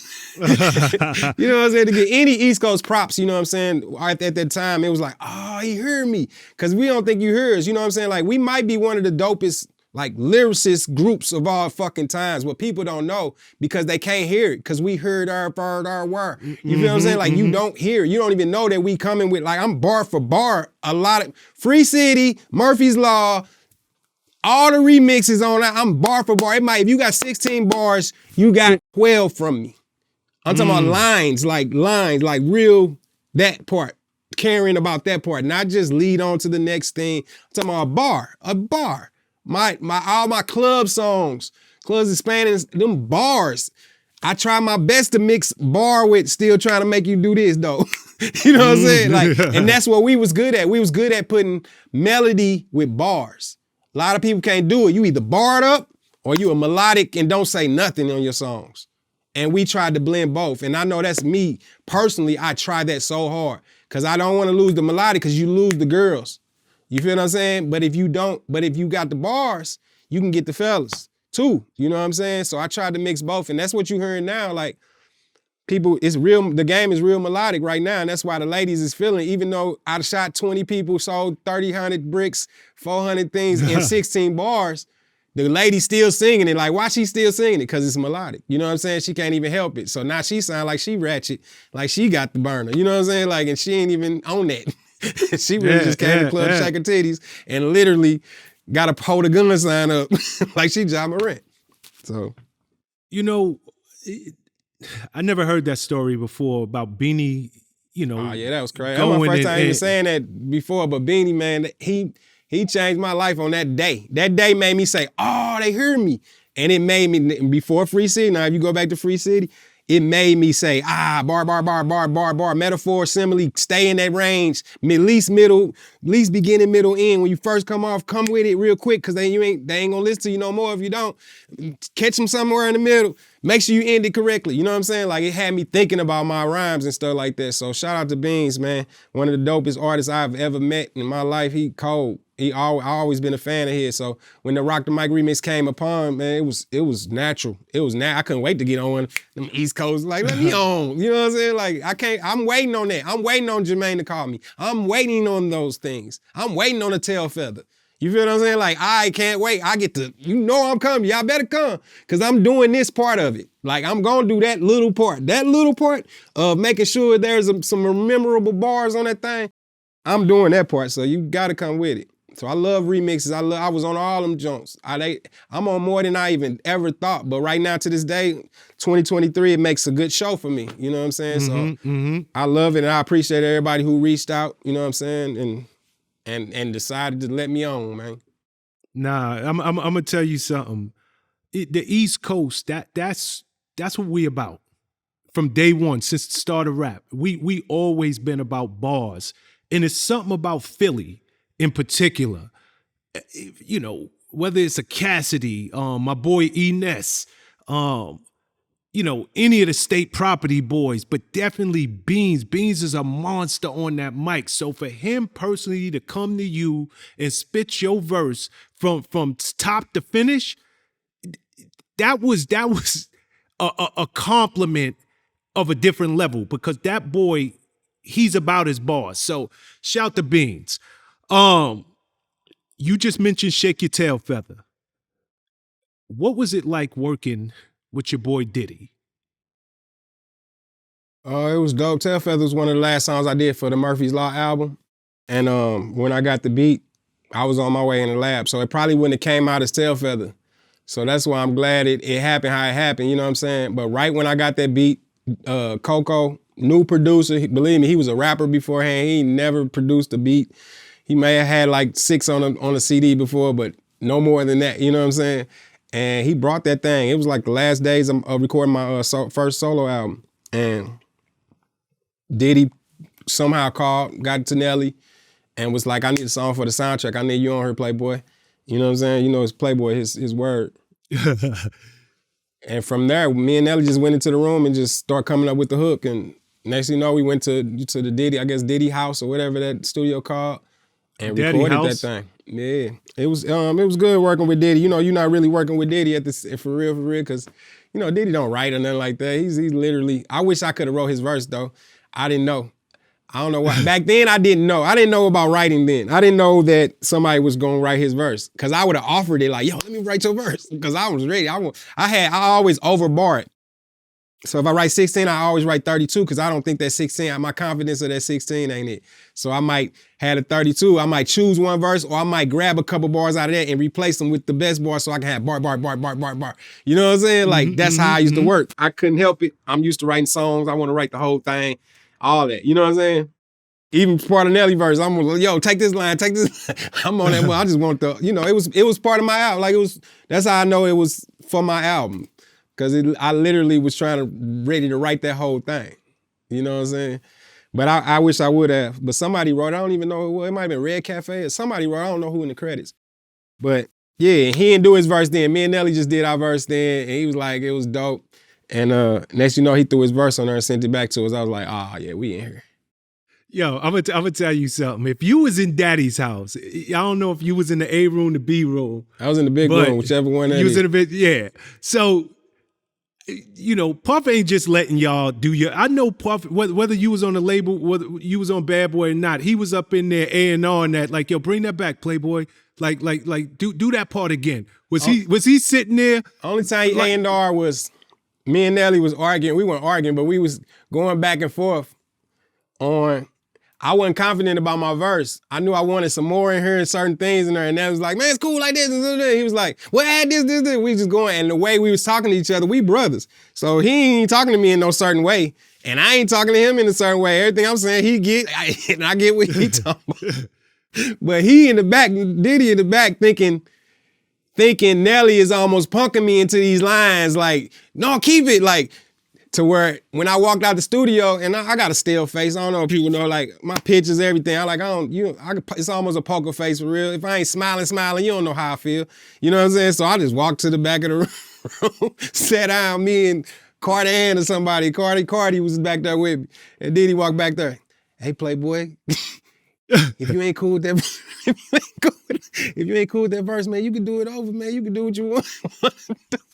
He thought I got punked into my 16 or so. I was like, nah, I'm good. I ain't even tripping off none of that. I promise you. I just want to do better. Like, I'm a do better type of guy. So I knew once I got home to listen to it, if I wanted to change something, I was going to change it. It ain't that hard. It's studio.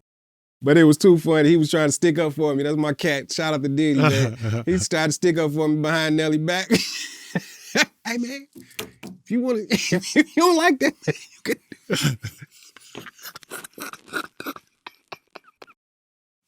Oh my God. Now it just made me think about all the impressions of people outside of our clique, what they could possibly be thinking when we be talking to each other. They can't hear us because, like I said, we country grammar. We heard we the bar, you don't know what we saying.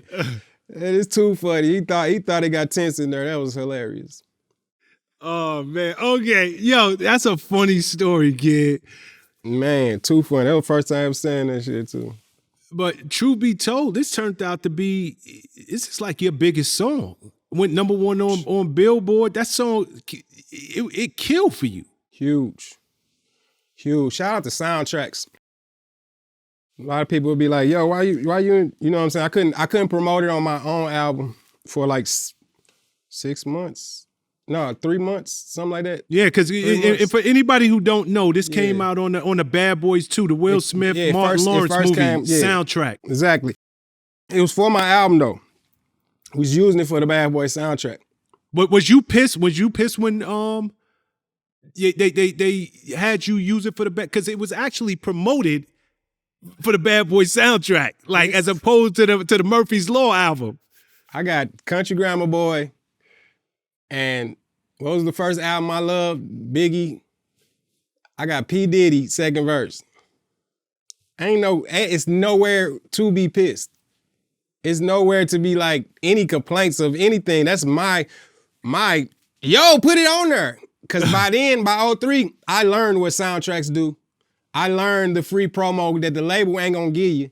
There you go. Know what I'm saying? And then I learned that if Diddy behind it, he's stealing some money from somewhere to make this mug crazy. He ain't even finna be a part of nothing that's, you know what I'm saying? That was his first, actually it might have been his first soundtrack. They gave him the whole soundtrack to do. They gave him the whole soundtrack. Yeah, the whole junk. And he literally went in. He went in with it too. I like that album. There's a few things on that thing. And he said we gonna be first? What? We shooting a video for it? Then you ain't gotta tell me nothing. Like it was and like I said, I was young, so it definitely wasn't no disregard, nah, man, we should do it this way or that way. Nope. Only thing I was mad about that I couldn't promote my album. So it made me have to push my album back. Universal made me push my album back and start with another single. So they let that die down a little bit. And they shouldn't have. We should have came out while that was hot. You know what I'm saying? That's just me, we going back into my grown folk thinking now, but it happened how it was supposed to happen, however it happened, you know what I mean? But I definitely didn't come out to September. And that came out in what, June? Yeah, it came out top of the summer. Yeah, top of the summer, because with the movie. And I should have literally went in with that. Because everything was hot then. Like, Chingy dropped that summer too. We both would have been able to go and roll with each other. All that stuff would have happened. Correct. You know what I'm saying? But they waited, and I ended up doing another single too with it. But yeah, it was the biggest song of all time, the biggest song of my career, Grammy, the whole nine. And I'm so happy to be a part of that record right there. To this day, when we go out there just to hear the crowd after the song go off, they still be saying, "Low, slow." I'm talking about it's a stadium. It keeps me in these festivals, you know what I'm saying? Like, and that's what I love about it. It's one of my stadium songs. And, it was my number one record. I got that on my belt. Yeah, I mean, you mentioned your Grammy. Did you go to the ceremony? Yeah, we went. We You got went? it. We didn't walk. That wasn't the stage one. No, it that's was on the side. behind the scenes. But we got it. We got it before we went in. They brought it to us. Yo, y'all won this, that, best song, best riding record, whatever it was. And it was just dope to be a part. You know, the year before, I think we had banned the Grammys or something. Like, we weren't even supposed to be there. Just out of curiosity, where do you keep your Grammy? It's on top of my refrigerator or something right now. I'm not big on that shit. I don't like accolades. I ain't with it. It's somewhere in the crib. Hold on, maybe I didn't catch that correct. That shit over there it's with the cereal.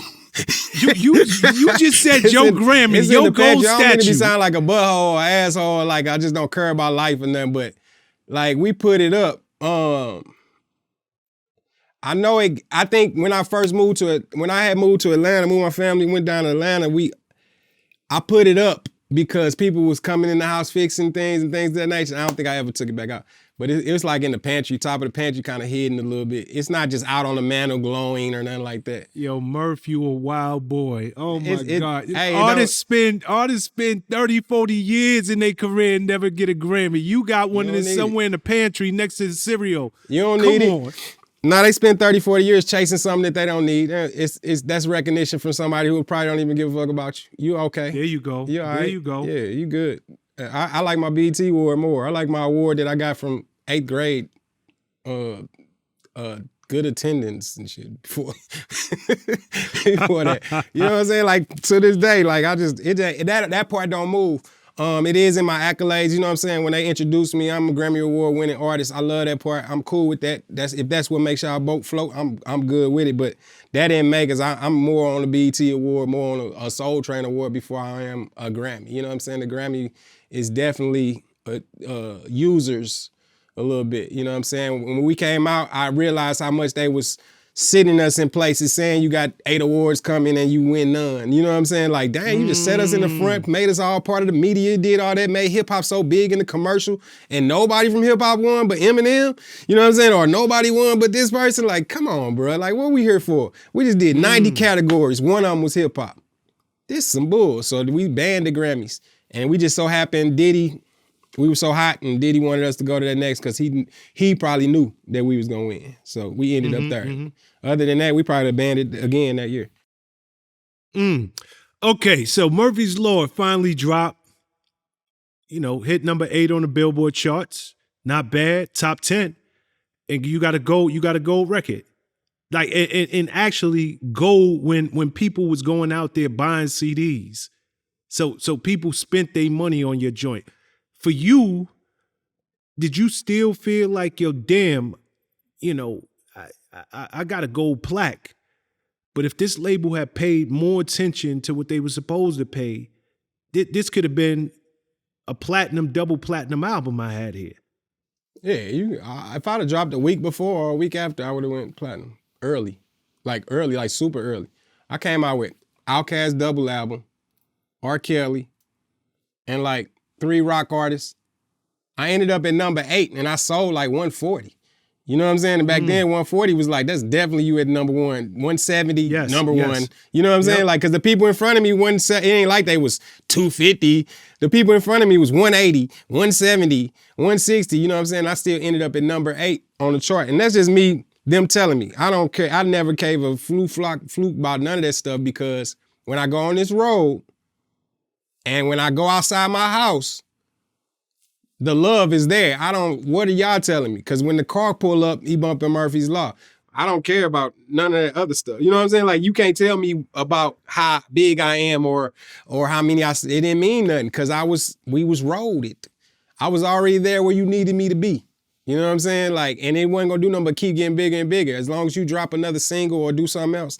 You know what I'm saying? So shout out to all, like I said, shout out to them soundtracks. If it weren't for the soundtracks, as far as Love Don't Cost a Thing with Love Me Baby, Tail Feather Bad Boy, just stuff like that. If it wasn't for that type of stuff, I was on the Longest Yard soundtrack. Like, if it wasn't for stuff like that, you probably wouldn't, Murphy's Law probably wouldn't even win. Right now, it might be platinum right now. You know what I'm saying? Because I didn't do just 500,000, I did like 950. Like, my goal stayed at 950 for 20 years. Like literally.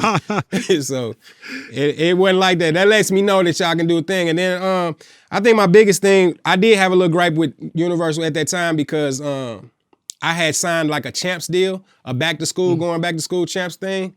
And then later on in my work, I found out that Champs paid Universal, which they should have paid me to do these promos. I was going around, I went to about 40 Champs in the United States and did in-stores things. They don't sell records in there. You know what I'm saying? Like I'm here signing, like I did, that was my promo. So they had free promo. So Universal never spent any money on my promo.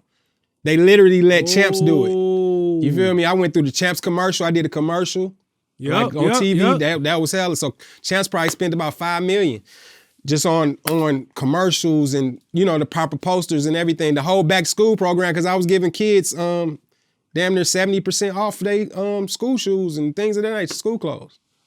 You feel what I'm saying? Like, so we used that promo to promote my album. And if I'd have said no, just being Hollywood and would have said no to Champs, I could have, and just not did none of them, it would have looked, Universal, we probably wouldn't have sold none, because Universal did never put anything behind that part of it. You know what I'm saying? Because they, like I said, they used Champs, and Champs did a hell of a job. Shout out to Champs. Damn, the politics run deep. Oh, it was deep. It was deep. You don't realize shit till you grown, though. I was grown and like, whoa, like that's what's going on. So yeah.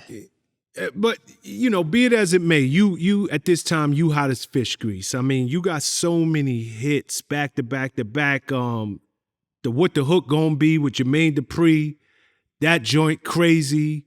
Around the same time, you Tip Drill. That video, that video is legendary by itself. But I always wanted to know, what is a tip drill?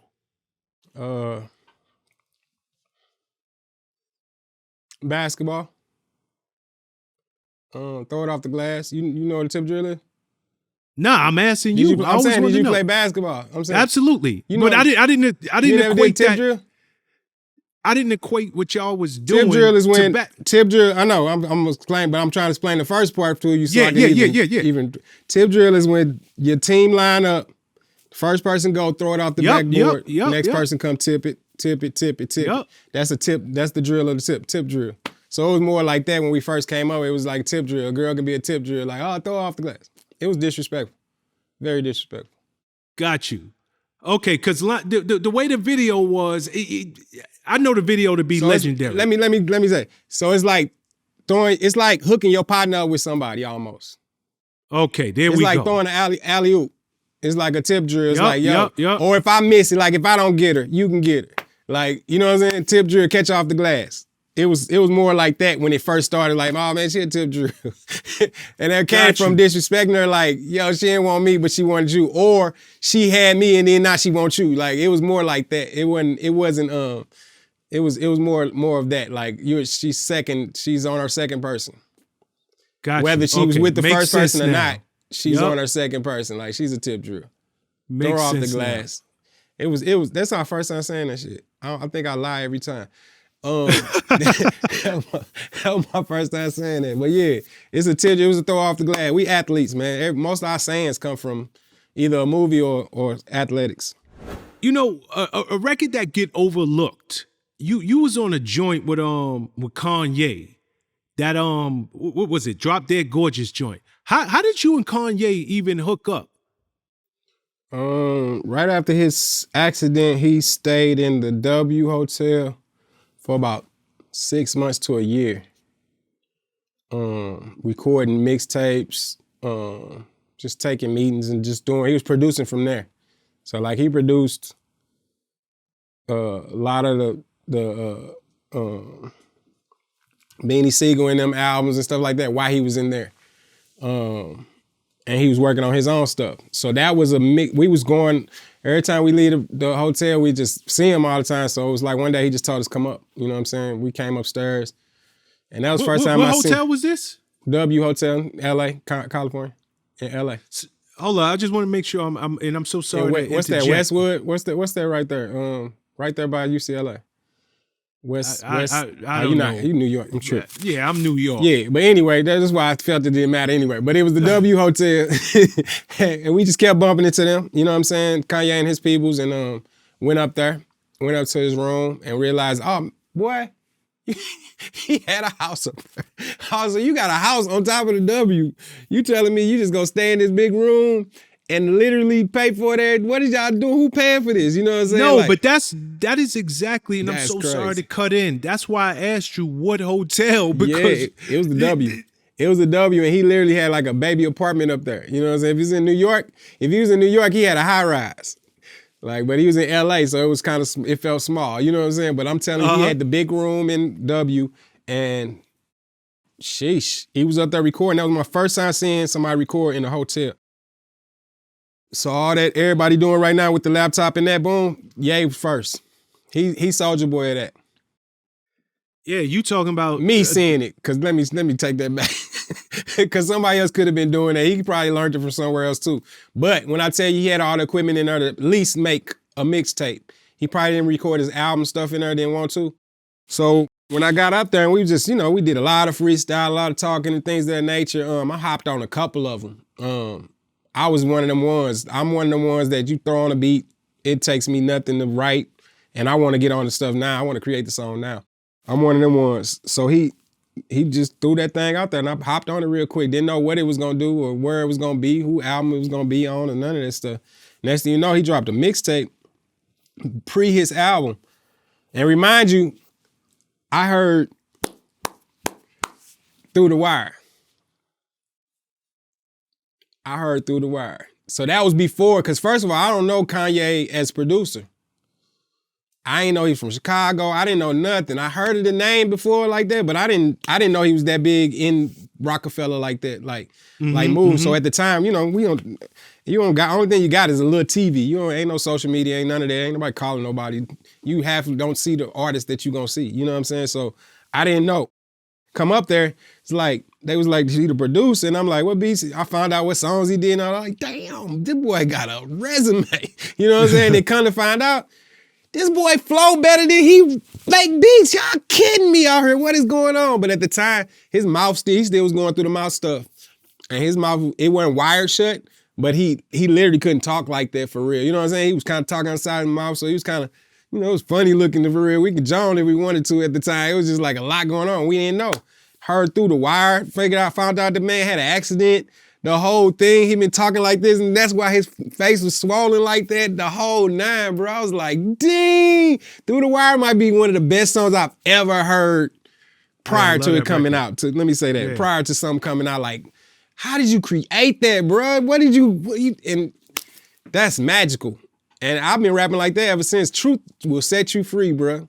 In music, truth will set you free. That man didn't do nothing but speak the truth real quick. There you go. And it was out of here, bro. He changed Rockefeller mind. He changed whatever, Def Jam mind. You know what I'm saying? Everybody who was hating on him. So that was crazy. But yeah, I did that song then, didn't know where it was gonna come out at. And right before he dropped his album, he dropped the mixtape. And everybody was hitting me like, yo, you on Kanye? You on Kanye? I was like, shit, yeah, I am. I didn't even know what verse it was. Like, cause I said I did like 3 or 4 of them, so I didn't know which one he put out there. And that was it, man. That was pretty dope, though. I was so glad to be a part. But what I did get fooled, though. I thought that song was on the album. I thought it would be. Because back then, we used to drop a mixtape, and we'll put like 3 of our songs that we promoting on the, you know what I'm saying, that's going to be on the album. Because this mixtapes used to be promo for your album. Sometimes they used to do you remember they used to do the little short versions where the songs be cut, boom? Yeah. And then, or you could do a mixtape and get yourself some promo. He was doing the mixtape, and he had hella songs, like 25 songs, there's hella songs on there. And I thought the album song was gonna be on the album, but it wasn't. I was tripping. Nah, but if you could find that mixtape was crack, man. Oh, it's out there. Like that mixtape was dope that he put out back then, and that really launched his career. So when the star came into that W, had him come upstairs. He the first Khaled. He the first one to say, come up here and do this verse for me. Like flat out. We all went up there too. Nobody said no. All right. Again, you riding high, the Ticks riding high, Nelly riding high. Literally. And around that same time, the Midwest is on fire. Chingy, his Jackpot album come. I think it dropped. It was something like number 2 on Billboard, right there, hit single, going crazy.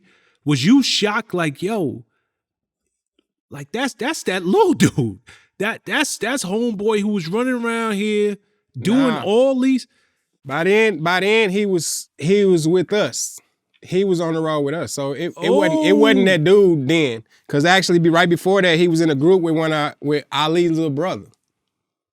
So he was around. Like we took him on tour and stuff like that. Like it wasn't like when we was younger, you know. When we was 12 and 13, we was looking at him at Saints, like the skating rink and stuff like that in the talent shows. And we was in them too. You know what I'm saying? But then when we got older, once we got on, he was in a group with Ali little brother. So my little brother had a group, Ali little brother had a group. All of them opened up for us on a couple tours, a couple big tours. So, yo, okay, so you okay, I'm gonna just go with it because when Chingy sat down and did his interview, he said he was on the road and Ali called him up, screaming, yelling, threatening to blow his head off, and then Shaka Zulu got on the phone with Ali. Like, where did they problems come in if Chingy was in the group with his little brother? I think Ali had plans for the group.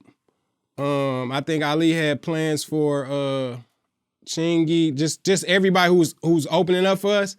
I think at the time, you know, Ali the mind thing. So even what he don't say out, I think he had plans for all of that. And at the time, Chingy was like staying at his house. It was a lot of things going on. So you would definitely have to talk to Ali about it. But I think it was something about being mad because Chingy left the group. He left his little brother and them to go get that deal. Is his little brother Misfit? Is that no, Misfit is the other one. His little brother is Ahmad, which his name was Pazzi or something like Mozzie.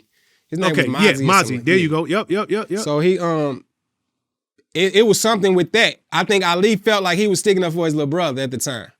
He didn't look at it like that. And then when we from St. Louis, you say one word, and then if somebody don't say the correct thing on the backside of that word, you go there instead of like conversating about it. You feel what I'm saying? Like, and I think it was a boom, boom.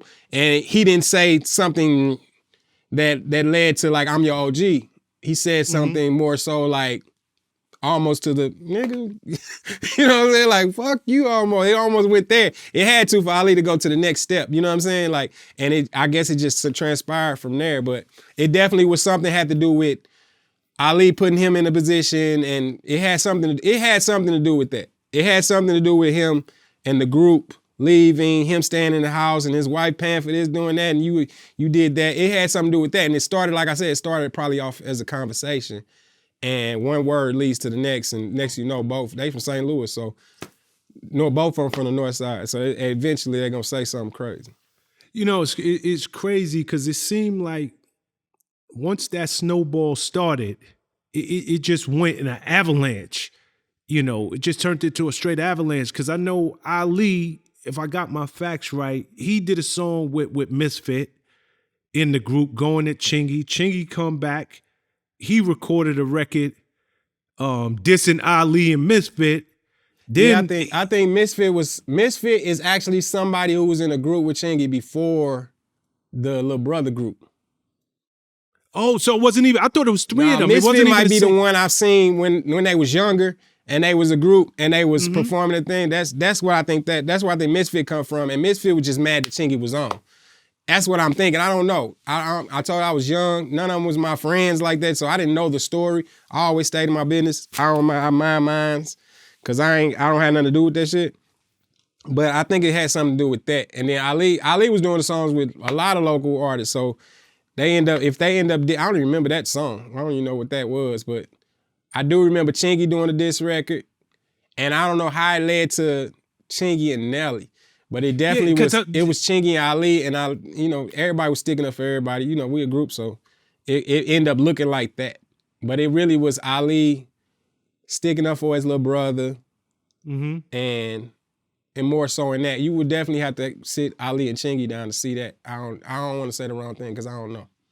Yeah, I mean, it definitely snowballed, and to your point, how Nelly even got it, because I know Nelly did the record, Another One, and he had a verse. I like the way you do it, right? And this is me speaking to because I actually had a chance to sit down. Shout out to Chingy. I had a chance to sit down with him, and I was like, how did you and Nelly get into it? I thought y'all was good, like to the point where Chingy said he was in a group before. Nelly walked in the crib and Nelly was like, yo, I would sign you. I probably wouldn't mess with the group members, but I would sign you. So I know them two at some point in Chingy's younger career was good. Then he didn't know. He let him open up. He just let Ali little brother group open up for him. So it ain't like Chingy was in meetings with Nelly. You know what I'm saying? Like, you don't know him for real. You just on the outside of the bus looking in kind of thing, because y'all open up, Nelly ain't even there yet. You know what I'm saying? Like, he ain't even looking at it. He don't even know if you can rap or not. He's not listening to your songs. He's not doing this and that. You know what I'm saying? Like, he's zoned out. He's Nelly at the time. You know what I'm saying? Like, no time for shit besides what he got going on. So I don't think it never was like that. I think it strictly was the fact that Nelly and Ali so close that when Ali said something, it end up to Nelly part of the thing, or even Ali could have wrote that verse. You feel what I'm saying? Gotcha. Or helped them with it, and they just both decide to do it there. Any of that could have happened. But I think the real problem was Ali created this sauce.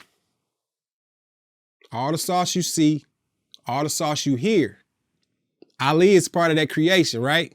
Mm-hmm. So when the kids, not kids, because I'm a kid, when the other groups that was under us opening up for us, you best believe my little brother group was Lunatics sauce. You know what I'm saying? You best believe that Ali little brother group, how you dress and how y'all look. Y'all looking like us before you come out. Why? Because the boxes of vocal just came in. You feel what I'm saying? So the boxes of vocal come in and y'all getting clothes. So when y'all go on stage, y'all look like the ticks before we come out. Not in no bad way. It just was that much of a trend-setting thing. You feel what I'm saying? Like, this was the way to dress. Boom. So now he signed to Luda, repping St. Louis, on a different label than Nelly's. What do you think the PR is going to do? What do you think the people who helping you with your clothes gonna do? You feel what I'm saying? And I think the Nelly and Chingy came in with more so a do-rag, both of them light-skinned with the boom, like, boy, y'all look what you selling out here. You know what I'm saying? I love it when you do it right there. Like, and then making it almost seem like you started this with the it was a lot in there. It had to be, it was a lot of more sauce taking and feeling like that's, you know what I'm saying? Like, if I ain't got nothing to do with what you did, and it's just me thinking and talking, me coming, I told you I be saying stuff now that I'm grown, and I go back and look at stuff. This is just me looking at it. Chingy, I don't give a damn about none of that stuff. I love you. Nelly, I love you, all that. So I don't know. Y'all gotta say this. Y'all gotta tell that. But me just outside looking in on that part of it, it was a lot of sauce going on, because the industry was already stealing our sauce. Jerseys, how we was coming, the colorful, first everybody was black and white, wearing this, that, and then we came out with the million colors and everybody wanted to do that. And we million things on our heads, band-aids and wrist things, and you know what I'm saying? Turning $20 clothes to $400, you know what I'm saying? Gucci, jerseys and all that's doing our own everything. Coloring our Air Force Ones. They only got white and black in the score. How did we get the color ones? Nike didn't send it. We created that. What y'all creating, what y'all see people creating right now, we created that on them Nikes and things of that nature. So now when I look at a Chingy video or I look at what's called, he got on vocal, he got on Air Force Ones, he got on a do-rag like Nelly, he got, you know what I'm saying? Like, a lot of that played a part. And when you trying to keep your top spot as if I was Nelly, you know what I'm saying? You thinking about all of that. And I think just the egos and all that played a part in there where everybody was just something, because St. Louis is so small that we don't have time to be against each other. The world is against us, so we don't have time for that. So best believe we wanted to go out in a better way. I'm on Chingy album. You know that? No, I didn't even know that. I'm on Chingy first album. So it ain't nothing that, you know what I'm saying? Like, it's really was something super personal that happened that had to happen. Cause me personally, I don't know. Cause like even at them times, if Chingy called me to come out and do the song at a show, I was there. If it was a radio, you know what I'm saying? Like, so it wasn't like that, bro. It made it, Vlad might have to play the part with that. You feel what I'm saying? With the with the beef thing. Didn't he do the beefs? The beef DVDs? Yeah. That made it bubble even more. Cause it probably would have stayed local, like within St. Louis and within the Midwest. In South maybe, cause Luda and them down there. You feel what I'm saying? Like it wouldn't have got no farther than that. It got out and it made it look like even more. So now people defending themselves. At first the people was on offense, but now everybody feel like they defending themselves and just sticking up for their style or whatever they doing. So it was a lot more to that. And like I said, I was young. I didn't really see what was going on or definitely didn't notice. But I do think that shit had something to do with Sauce, man. Had something to do with them drips and them looking like me and trying to do the same thing I'm doing. Hold on, you moving up. You ain't just local. Nah. You gotta find your own, you know what I'm saying? Like I think, and that's what I'm me looking at them too. Like, boy, y'all are like twins along the low. As long as if he put on your clothing line, Chingy is wearing your clothes, bro. Like your clothes that you made. He's gonna eventually look like you. Like, I think all that played a part, and like I said, Ali's in charge of that sauce. So he definitely looked at it like, yo, you can't take my sauce down there to Luda and them. You know what I'm saying? Like, what are you doing? And like I said, that conversation probably started from the breakup of that group. Because at first, Mozzie was mad. Then eventually he wasn't that mad at that. You know what I'm saying? So it's a lot of it. I don't like naming names and doing all that stuff, but I definitely know that was some bullshit part of our times. And like I said, one conversation led to a bad conversation and it shouldn't even went there. Yeah.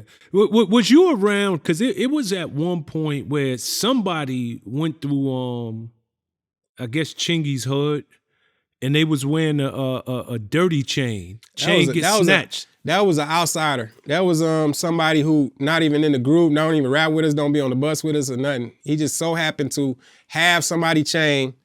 They 15th chain. It turned out to be your brother's chain, though. 15th chain on and just out there. And at the time, them two, Dirty and them was beefing, and somebody told him to get from over her.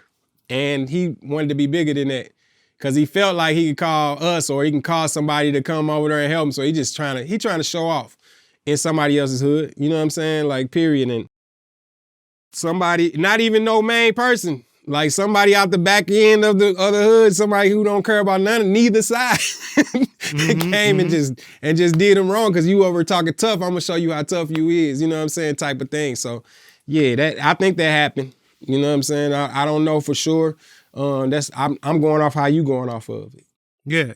Like okay. Rumorish. Like it's hella rumorish in St. Louis. Like, damn. Like what happened that day? You know what I'm saying? Like, I don't know. I just know he wasn't attached to us like that and that happened, you know? Got you. Well, let's bring it back to music for a second. Because again, I didn't and I'm gonna keep it 100 with you, Murph. I didn't realize how many joints you've been on, how many remixes, how many hits you really was on. Like that throws some D's on it. You know, Rich Boy's joint, that remix is crazy. What is it? You, Lil Jon, Andre 3000, Jim Jones, Nelly on the joint. Like you back to back with joints. Do you even remember how that joint came into play? A phone call. Polo the Don. Polo made the call. Polo made the song. No, I'm saying, did he make the call? Like, Polo, yo, Nelly and Polo was real cool at that time. Okay, gotcha. He had just recorded some. Actually, Polo was one of the first artists I got in with when I was recording my second album. I went down there to see Jazzy, and Polo was working with Jazzy, and me and Polo created some stuff. We did like 2 songs or something like that at that time. So that's when I first met Polo. But him and Nelly was writing together hella, like recording for other people and different things of that nature, remixes and a lot of R&B stuff, you know what I'm saying? And they became cool. And that led to that remix. Yeah. You know, you just mentioned your second album. Whatever happened? Like this is years. Oh, yeah. Our second album just kept getting pushed back. I was in the middle of a change in the labels, like everybody probably got this story. The labels start merging, Motown, Universal, Def Jam, Interscope, all merging and things of that nature. New boss, new everything, new A&Rs, new all that, and I got lost in the sauce. And they I was so hot in the streets though that they wouldn't let me off neither. So they didn't want to let me go, but they didn't want to put me out. So I was battling that for about 4 years. And I finally got out and went independent from there. You know what I'm saying? It's crazy because it ain't like you some little art. You got a legit gold record. And to your point, yo, I got something like 950,000 records sold.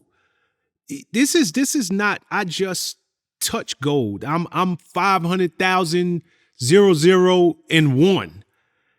The label, even with all the mergers, all that stuff going on, nobody was like, yo, we need to keep pushing this guy. Like his first album went gold. It's something here. All right, that's not how that works. They don't care. Country Grammar, Free City, Nelly album, Ali album, Nelly album, Murph album, Nelly album, Nelly album, Nelly album, Nelly album, Nelly album. They ain't worried about none of that. We was a gift to Nelly. We're a gift to shut him up. You feel what I'm saying? At the time we was trying to start Dirty ENT, they didn't look at us as a label. They looked at us as artists. Y'all need to stay artists. I ain't signing none of your artists, none of that. You feel what I'm saying? So I signed my name on to be a dirty artist. Made it just look like that. So that gold record would be a dirty. You feel what I'm saying? So like somehow we can get some legs to where you believe us like, yo, what's up? But it wasn't that. We literally was a gift to Nelly to shut them up so they can put out another album. That is so crazy, brother. Yeah. That is so crazy. No, it's real. It's real. It's real. I told you we not expect, even if we did it that first time, they're not expecting you to do it twice. We never got a second Lunatic album. Never got a second Murphy Lee album. Because they not even expecting you to do it that first time. Anybody who follows a guy who goes diamond and keep going 6 million, they not worried about nothing under that. You can do that. So that's when we realize now, me as a grown person again, you realize, we should have just put out the Tick album on our own. We ain't need nobody. We ain't need nothing because Nelly's the biggest thing walking. You feel what I'm saying? So if our sales is coming from what we gained from recording that anyway, then we don't need the label anyway. But we felt like we was part of the system. Like I said, the clearance things and all that. So we kept going for it. But we was just a gift, just shut up. All right, we'll give it to you. You know what I'm saying? To so he'd get off they back, saying he want a Lunatic album or a Murphy Lee album or Ali album or anything. You know what I'm saying? So it was just a label thing that they just don't bet like that. They rather bet outside. Like, no, I'd rather go get a new artist that's gonna come up than bet with the groups, the people up under our biggest artists. I'm not worried about them. You know what I'm saying? Never was and never will be. Man, I mean, again, I said it earlier, but the politics run so deep, man. It's crazy when you're in this music game. And it ain't their fault. It's still the artist's fault. Elaborate. What you mean? It's still my fault. Why? Because why do you take ownership? Because you can go get what you want. Once you sign to them, you can go get what you need to get. You gotta be on your point. That's why it's best to be signed like how Jay-Z got signed. That's why they did so well. He was 29 years old. You know what I'm saying? Even Nelly was a grown person then. He was 27, 20, you know what I'm saying? He was old enough to think then.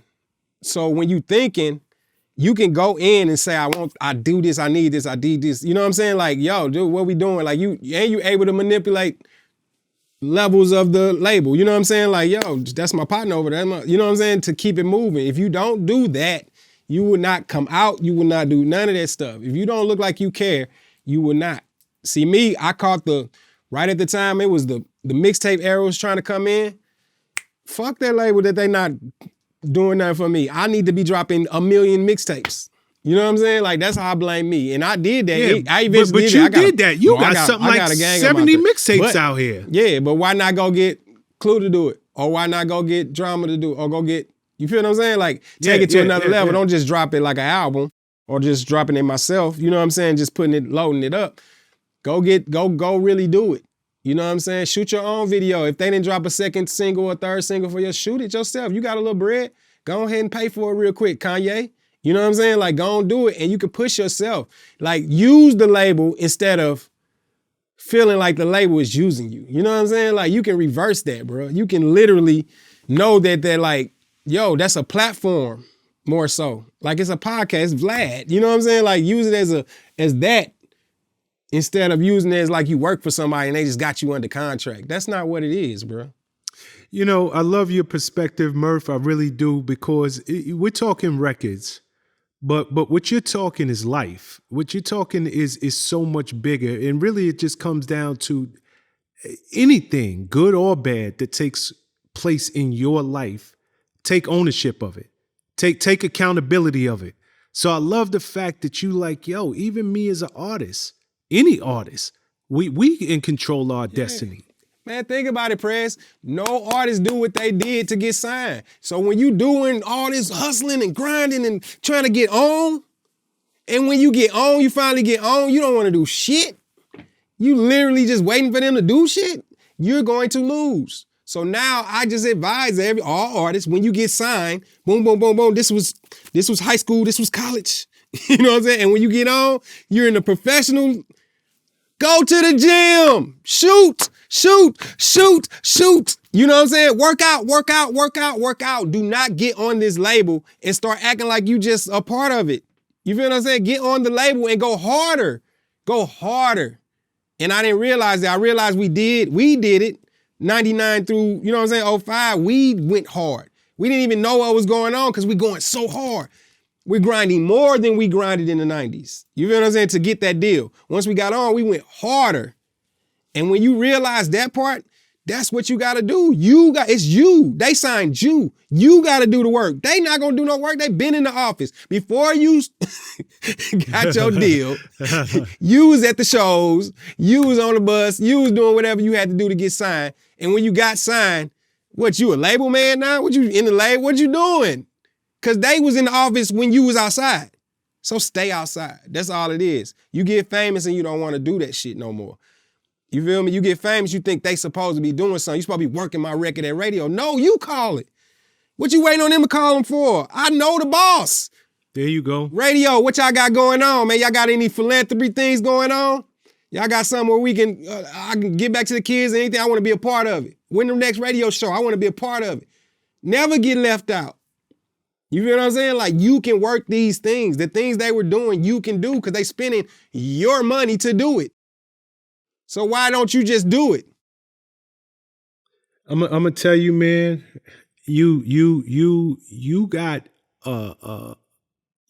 another career in you. You don't even probably see it. I see it. But what you spitting? Appreciate you though, for real. Yeah, you got a whole other career in you, brother. Okay, I got to touch on some controversial things for a second. Ali, you speak so highly of him. You know, he clearly feels like, for lack of a better example, almost like the RZA, the guy who really put it all together, was there with the vision from day one. He did an interview and he kind of aired out a lot of grievances. You know, he said there was some discrepancies with the money that Nelly owed y'all, or him personally, to be specific. He said your brother, Keywan, actually had a stroke because of Nelly. Is to your knowledge, how much truth is in them statements? Because it was shocking that he even did that interview.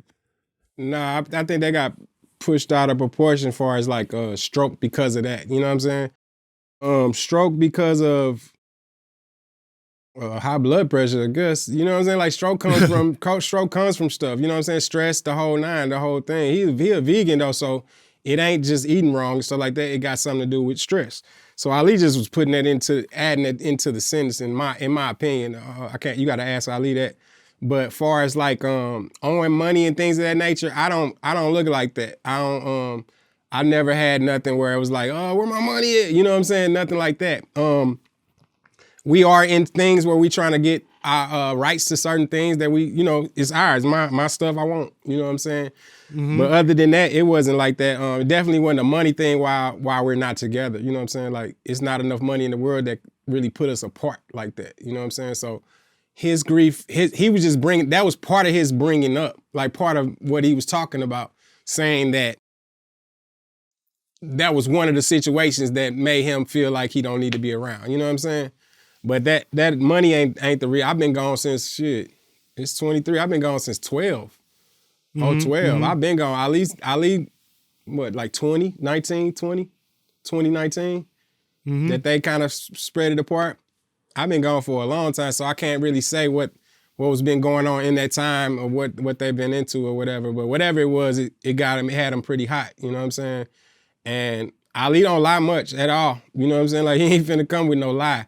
And he gonna say what it is, but it definitely wasn't no money thing. Like, even the money he was talking about, that was a simple check. That wasn't no, oh man, you owe me millions of dollars. You know what I'm saying? It ain't nothing like that. But it's definitely some things in there where labels and publishing companies and stuff got to come on home and fix whatever needs to be fixed. But other than that, that ain't why the group's not together. That's not none of that. I think it's just grown folks, egos falling apart. Me personally, I want the group together. Like, that's just I ain't gonna call it a dream. I call it, that's what need to happen tomorrow. You know what I'm saying? Our tomorrow need to be together. I never like separation. I never like us apart. We super doper together, whether we promote one person or all 5 of us, 6 of us or whatever. And I can't wait till that happen. You know what I'm saying? To wherever it comes to movies, tours, whatever it need to be. I can't wait till whatever them brothers got going on right now at this moment to get it together so we can be who we are. You know what I'm saying? Especially at this next level of life, because we got so much other side ventures that we so dope at and that we need to get into. I just can't wait till that happen. That's me personally. That's what I want. I want the group. I'm a group dude. I went when I went solo. When I went after they wouldn't put me out for them 4 years. Mm-hmm. I went independent. But I was still signed as a St. Lunatic. You feel what I'm saying? Like, I was just like, I'm a group. Anything I do independent, I'm cool with that. That's my solo thing. I do myself or whatever, but I'm full-time Lunatic. What's up? You know what I'm saying? So that's what I want. That's me personally. That's what I want. Hopefully they feel the same way soon, sooner than later. You know, I have had a chance to sit and listen to you throughout this conversation, and you are very, very careful with your words. You have a very adult, grown man perspective. Sometimes things just happen. You take accountability for things. I don't see you doing what so many artists do, which is point fingers at others. And I bring that up because Nelly, he did a response interview, and it's probably the first and the only one I've ever seen that he's done like this. And I guess they asked him about the Ali thing, and he said, a lot of the ticks was sitting, and I want to quote him. He said it was sitting around waiting for him to give him money. Just with your personality and how you have presented yourself in this interview, how deep did that cut you in particular? That probably was the only cut, but that's his feelings. That's his thoughts. That's how groups break up, because everybody has feelings and thoughts, but we don't communicate that with each other. So we don't know, you know what I'm saying? Like, cause I always was the person, like when I first did my solo album, that's all I kept saying was, I want to bring enough to the table so you won't have to take care of every fucking body. Cause right now that's what it looked like. You putting stuff in your name. You know what I'm saying? All our businesses, anything we do together, it still ends up being a Nelly thing. You know what I'm saying? I'm saying you taking on so much, you know what I'm saying? And I felt like he felt like that. I felt like that, like sometimes, like even like when the group was kind of breaking up a little bit, like I felt that. I felt like you wanted to be on stage by yourself. And it wasn't just because you wanted to be on stage by yourself. It's because you was taking care of a lot of people. So anytime you say you're down, so say, money come and go. So say you're down on money a little bit and you still got to take care of somebody. Man, that shit feels, I know I'm solo. I go out on this road all the time. I bring people with me, other Tick members. I know when I got to pay somebody, and I know if I did something with my first half and then that second half come, the back half come, I got to split it with this, and that, with the band. It'd be a mug. That bill is something different. So I think he started feeling that later on in life. At the beginning, you didn't feel that way. You know what I'm saying? Everybody was eating. You didn't feel that way. But I think when you wasn't eating as much as you used to, you felt that way, you know what I'm saying, like that. But that should be communicated. That should be said to everybody. You should never feel, because my grown ass, Keywan Ali grown ass, none of them want to leech on nobody, bro. We the Ticks. Like, we all famous in our own right, dope in our own mind, right? It's like, we don't have to do that. It's so many ways to get bread out here. But if we all on one stage and it's all behind one person, you gonna always feel like that. Us, we feeling like band members. You made it feel like we feeling like roadies. Like you was taking care of roadies. No, I don't feel like that. If I go out there and perform my 4 or 5 songs, I don't want to be paid for my 4 or 5 songs. I'm not looking for nothing else. You feel what I'm saying? Or I'm not even asking for that. So whatever you give me, because I get hired myself as Murphy Lee. I get hired myself as Lunatics. So when I'm on a Nelly stage, I'm helping you out. That's how I'm feeling. I'm feeling like I'm ad-libbing for you. I'm making this organized confusion where they don't have to just watch one person in the middle of a stage like that. Because we didn't come out like that. So when they see that, it looks different. You feel what I'm saying? So we all had a different mind state. Keywan is in the movies. Ali is looking at everything because he built it. Like, I want to keep it constructed a certain way. Like, we gonna fall. He can see the future. I can see when we gonna fall off. We change that part of us, we gonna fall off. So he changed. You know what I'm saying? Everybody got something on their mind. City, come home. You know what I'm saying? Like, it's a lot going on, and we just didn't communicate. We don't communicate, and as Black people and as men, period. You know what I'm saying? Say something. We can say stuff without making each other mad, cry, fighting, killing. You know what I'm saying? We can talk. We should be able to say that. We can hit that. You can hit, I feel like y'all eating off me. I feel like I'm taking care of everything. I can't handle it no more. So we can figure it out. It's easy. You know what I'm saying? It's not hard. That's not hard because no one ever complained about money. You know what I'm saying? One person has a Lamborghini, the rest of the people has Chargers. You know what I'm saying? So you never complained about money ever on earth. I've never had a Bentley. I've never had a Lambo. I've never had a foreign $300,000, $400,000 car in my life. You feel what I'm saying? I never had a $1 trillion home ever in my life. So I've never complained. I would have been complaining in 04, 05. You know what I'm saying? Like, no money ever was complained about. You know what I'm saying? So I hated that bro felt that way. You know what I'm saying? Because I don't like that. I don't like the fact that you feel like nobody called for Lunatic out and Lunatics in the show. And I don't like that stuff. You know what I'm saying? Because that's false. You know, that's false information that's been fed to you probably too. You know what I'm saying? Like, nobody sits around and does that. Nobody sits around and complain about none of that. We literally want to build and make something so super bigger because we always have been doing this all our life. I don't care whether you was doing something wrong or right. We always have, what's the next level to it? We always have seen it. I'm not no dummy. Ali's one of the smartest humans walking. Keywan is a genius. Nelly is smart. You feel what I'm saying? Like, City got a head on his shoulders. We never been the people that could stand still anyway. We always had the ideas to go to the next step of any category in life. You know what I'm saying? So no one wants to leech, and I'm a grown man with wife and kids. I'd be damned if I want to ever feel like somebody's taking care of me.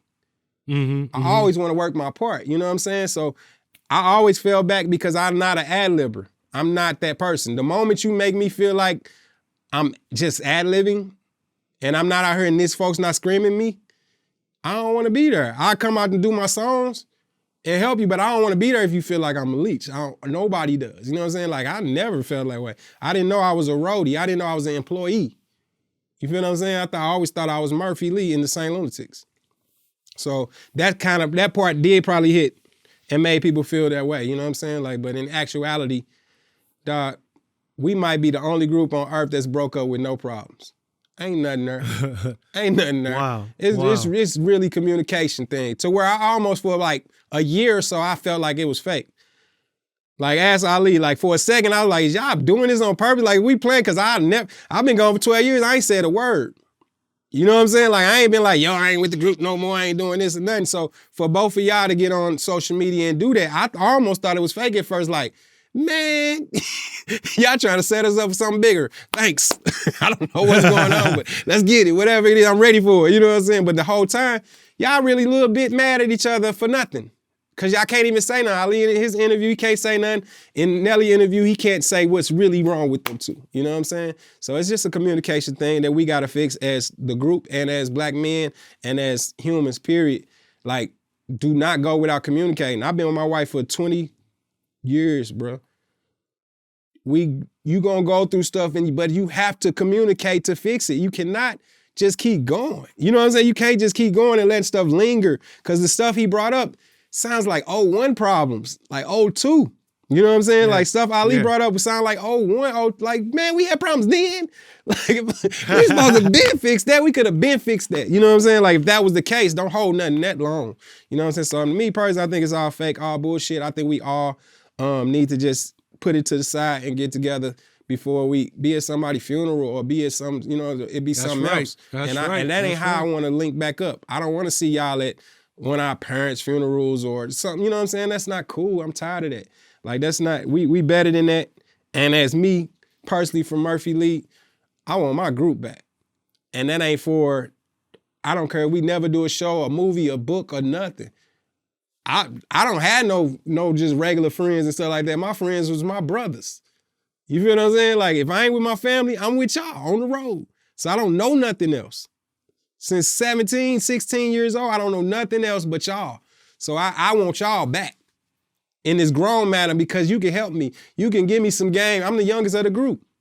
If you gave me game when I was 19, 18, that led me to where I'm at right now, what could you do for me when I'm this age and you older than me? You can help me even more. Like, and I can help y'all now. Back then, my word didn't mean shit. I'm a kid. I'm a baby. You probably ain't never heard me. I probably said some dope shit, and y'all might have took the props for it or something, because it just came from a youth. But at the same time, I never had to say so in none of that stuff. So now I'm this age, and with my brain, boy, I'm helping you, I'm helping y'all, we need each other, bro. This shit don't work without each other, because we started with each other. Now, if we just came in solo and then we end up, putting the group together real quick and doing something, yeah. But we don't know nothing but group. And we always been better as a group. Even with our solos, you didn't see no one, nothing. It was always all of us. When you said Busch Stadium, go back and look. It ain't Nelly just there. That's the whole group in a circle in the video, like it's their song. And that's every song we had, every video we done did, every stage we done been on. It's never been solo. Well, I'll tell you this, and I say this with a great deal of respect. You are all heart, man. I love what you just said. It was. I hope every member of your group, your brothers, as you refer to them, I hope every one of them hear that. I really do, because it really, even if they're not communicating the way you just communicated it to us, you said it all. You said everything that any one of them could possibly have to say to each other. So I give it up to you. Salute, my brother. And I guess we can just end this right here, because there's nothing that I could say. I just think that this is a perfect place to end this conversation. So again, I thank you for coming in. I appreciate the humor, the insight, the love that you showed in this conversation, and just continue blessings and success to you, Murph. Real talk. Yo, you just said, man, you all heart. I'll just leave it there. You all heart. But I can't let you walk out this door. I know you got a new project that you're working on, second time around. Talk to me, talk to your fans. It's called Second Time Around. It's one of the coldest albums I ever put together. And when you look at my resume, you know that I put out down to 90,000 mixtapes. I had a fan that lined up all my mixtapes on one picture, and I just couldn't believe how much work I had put in. You know what I'm saying? You don't see it that much because I'm so used to just going to the studio, knocking 3 songs out. You know what I'm saying? Like, I love that type of music, but I got a chance to sit down, grab some the great records I did over the time. And when I say this album kind of represents 1993 to now, you know what I'm saying? Like, this is my first time getting vulnerable. This is my first time, telling some of the stories. All the questions that you asked today, I got it in the song called Second Time Around. It's like all the answers to any question a fan has, any question the media could have about where we at, where we been, where I've been, you know what I'm saying? The whole nine is in there. It's just some great music, bro. I made a fan homage song called Human Love. That's one of the amazing songs that I ever made in my life. Like, that's one of my top, like when people ask me, what's your favorite song you ever created? It's called Human Love. It's on the Second Time Around project. You can go to Murphy Lee TV on YouTube and check out the video. I did it with my fans. I did the video with my fans over pandemic time a little bit. And yeah, man, that's what it is. Second time around, and I do it a different way, so you know you cannot get it off the streaming services. I do have singles on there, but as far as the album, this project particular, you got to come straight to me to get it, straight to the website, newmurph.com, or you can go text me at 314-408-TICS, that's 8427. Leave your name so I can lock you in, leave your city so I can lock you in, because when I come to your city, I'm hitting everybody. You know what I'm saying? Like, if I'm there Saturday to perform, Friday, I might call y'all to be like, yo, let's go to the movies. Let's go bowling. Let's go do something. You know what I'm saying? It's just my way of being one-on-one with mine who purchased from me. I look at myself like McDonald's, Burger King, things of that nature. I don't look at myself like just an artist just trying to be dope. You know what I'm saying? I look at myself as a straight business, and I have product for you. And I know that streaming service is not paying these artists this, that. I know that people aren't buying albums like that no more, but when I drop a project, I want to drop it straight to my fans like memorabilia, like merch. I don't want to drop it like just some songs that's just gonna go away. I watched how these albums that go on streaming service, 2 weeks, we loving it, and after that, we don't know nothing about it. We don't even know who came out last week. You know what I'm saying? Like, and I think that's the saddest thing ever from the way that they flooding the music. So I decided to grab mine. You know, as we sold a lot of records over these times, I decided to grab my fan one person at a time. It don't take much. You know what I'm saying? I'm on somebody's stage every weekend, so I grab a little more every weekend. I'm not worried about who don't like it or nothing. I'm going for love only. It leaves out all the haters. It leaves out the critics, the whole nine, for me to going straight to the people who love me. You know what I'm saying? So that's what I do. 314-408-TICS, man. Text me. Like, it's real deal. And you said the website is new, N-E-W Murph, M-U-R-P-H.com. Newmurph.com. Newmurph.com. There you go. Yeah. Well, Murph, I can tell you real talk. It's been my pleasure. You know, what you said earlier, I don't want to, and when you were speaking to the group, I don't want to bypass that. You said that there was lack of communication. So I pray that your brothers, as you refer to them, your family, as you refer to them, they get a chance to listen to every word you said, because if communication is what's lacking, I think you communicated for the group. You communicated for each of them so that they could see from everybody's perspective. I gotta tell you, man, I'm rooting for you. I love the fact that you're giving back to your fans. You're touching your fans one-to-one. You're not waiting and waiting for somebody to stream. You're like, nah, I'll come to your city and reach out to you. Let's go have a bite to eat. Let's go bowl. Let's go. That's the way it's done. That work you putting in, that's going back and grinding like it's day one. So continue blessings, continue success, man. And you know, whatever we can do on this side to help you, we here. Much love and respect, bro. Hey, man, I appreciate your time, big bro. Absolutely. Yes, sir.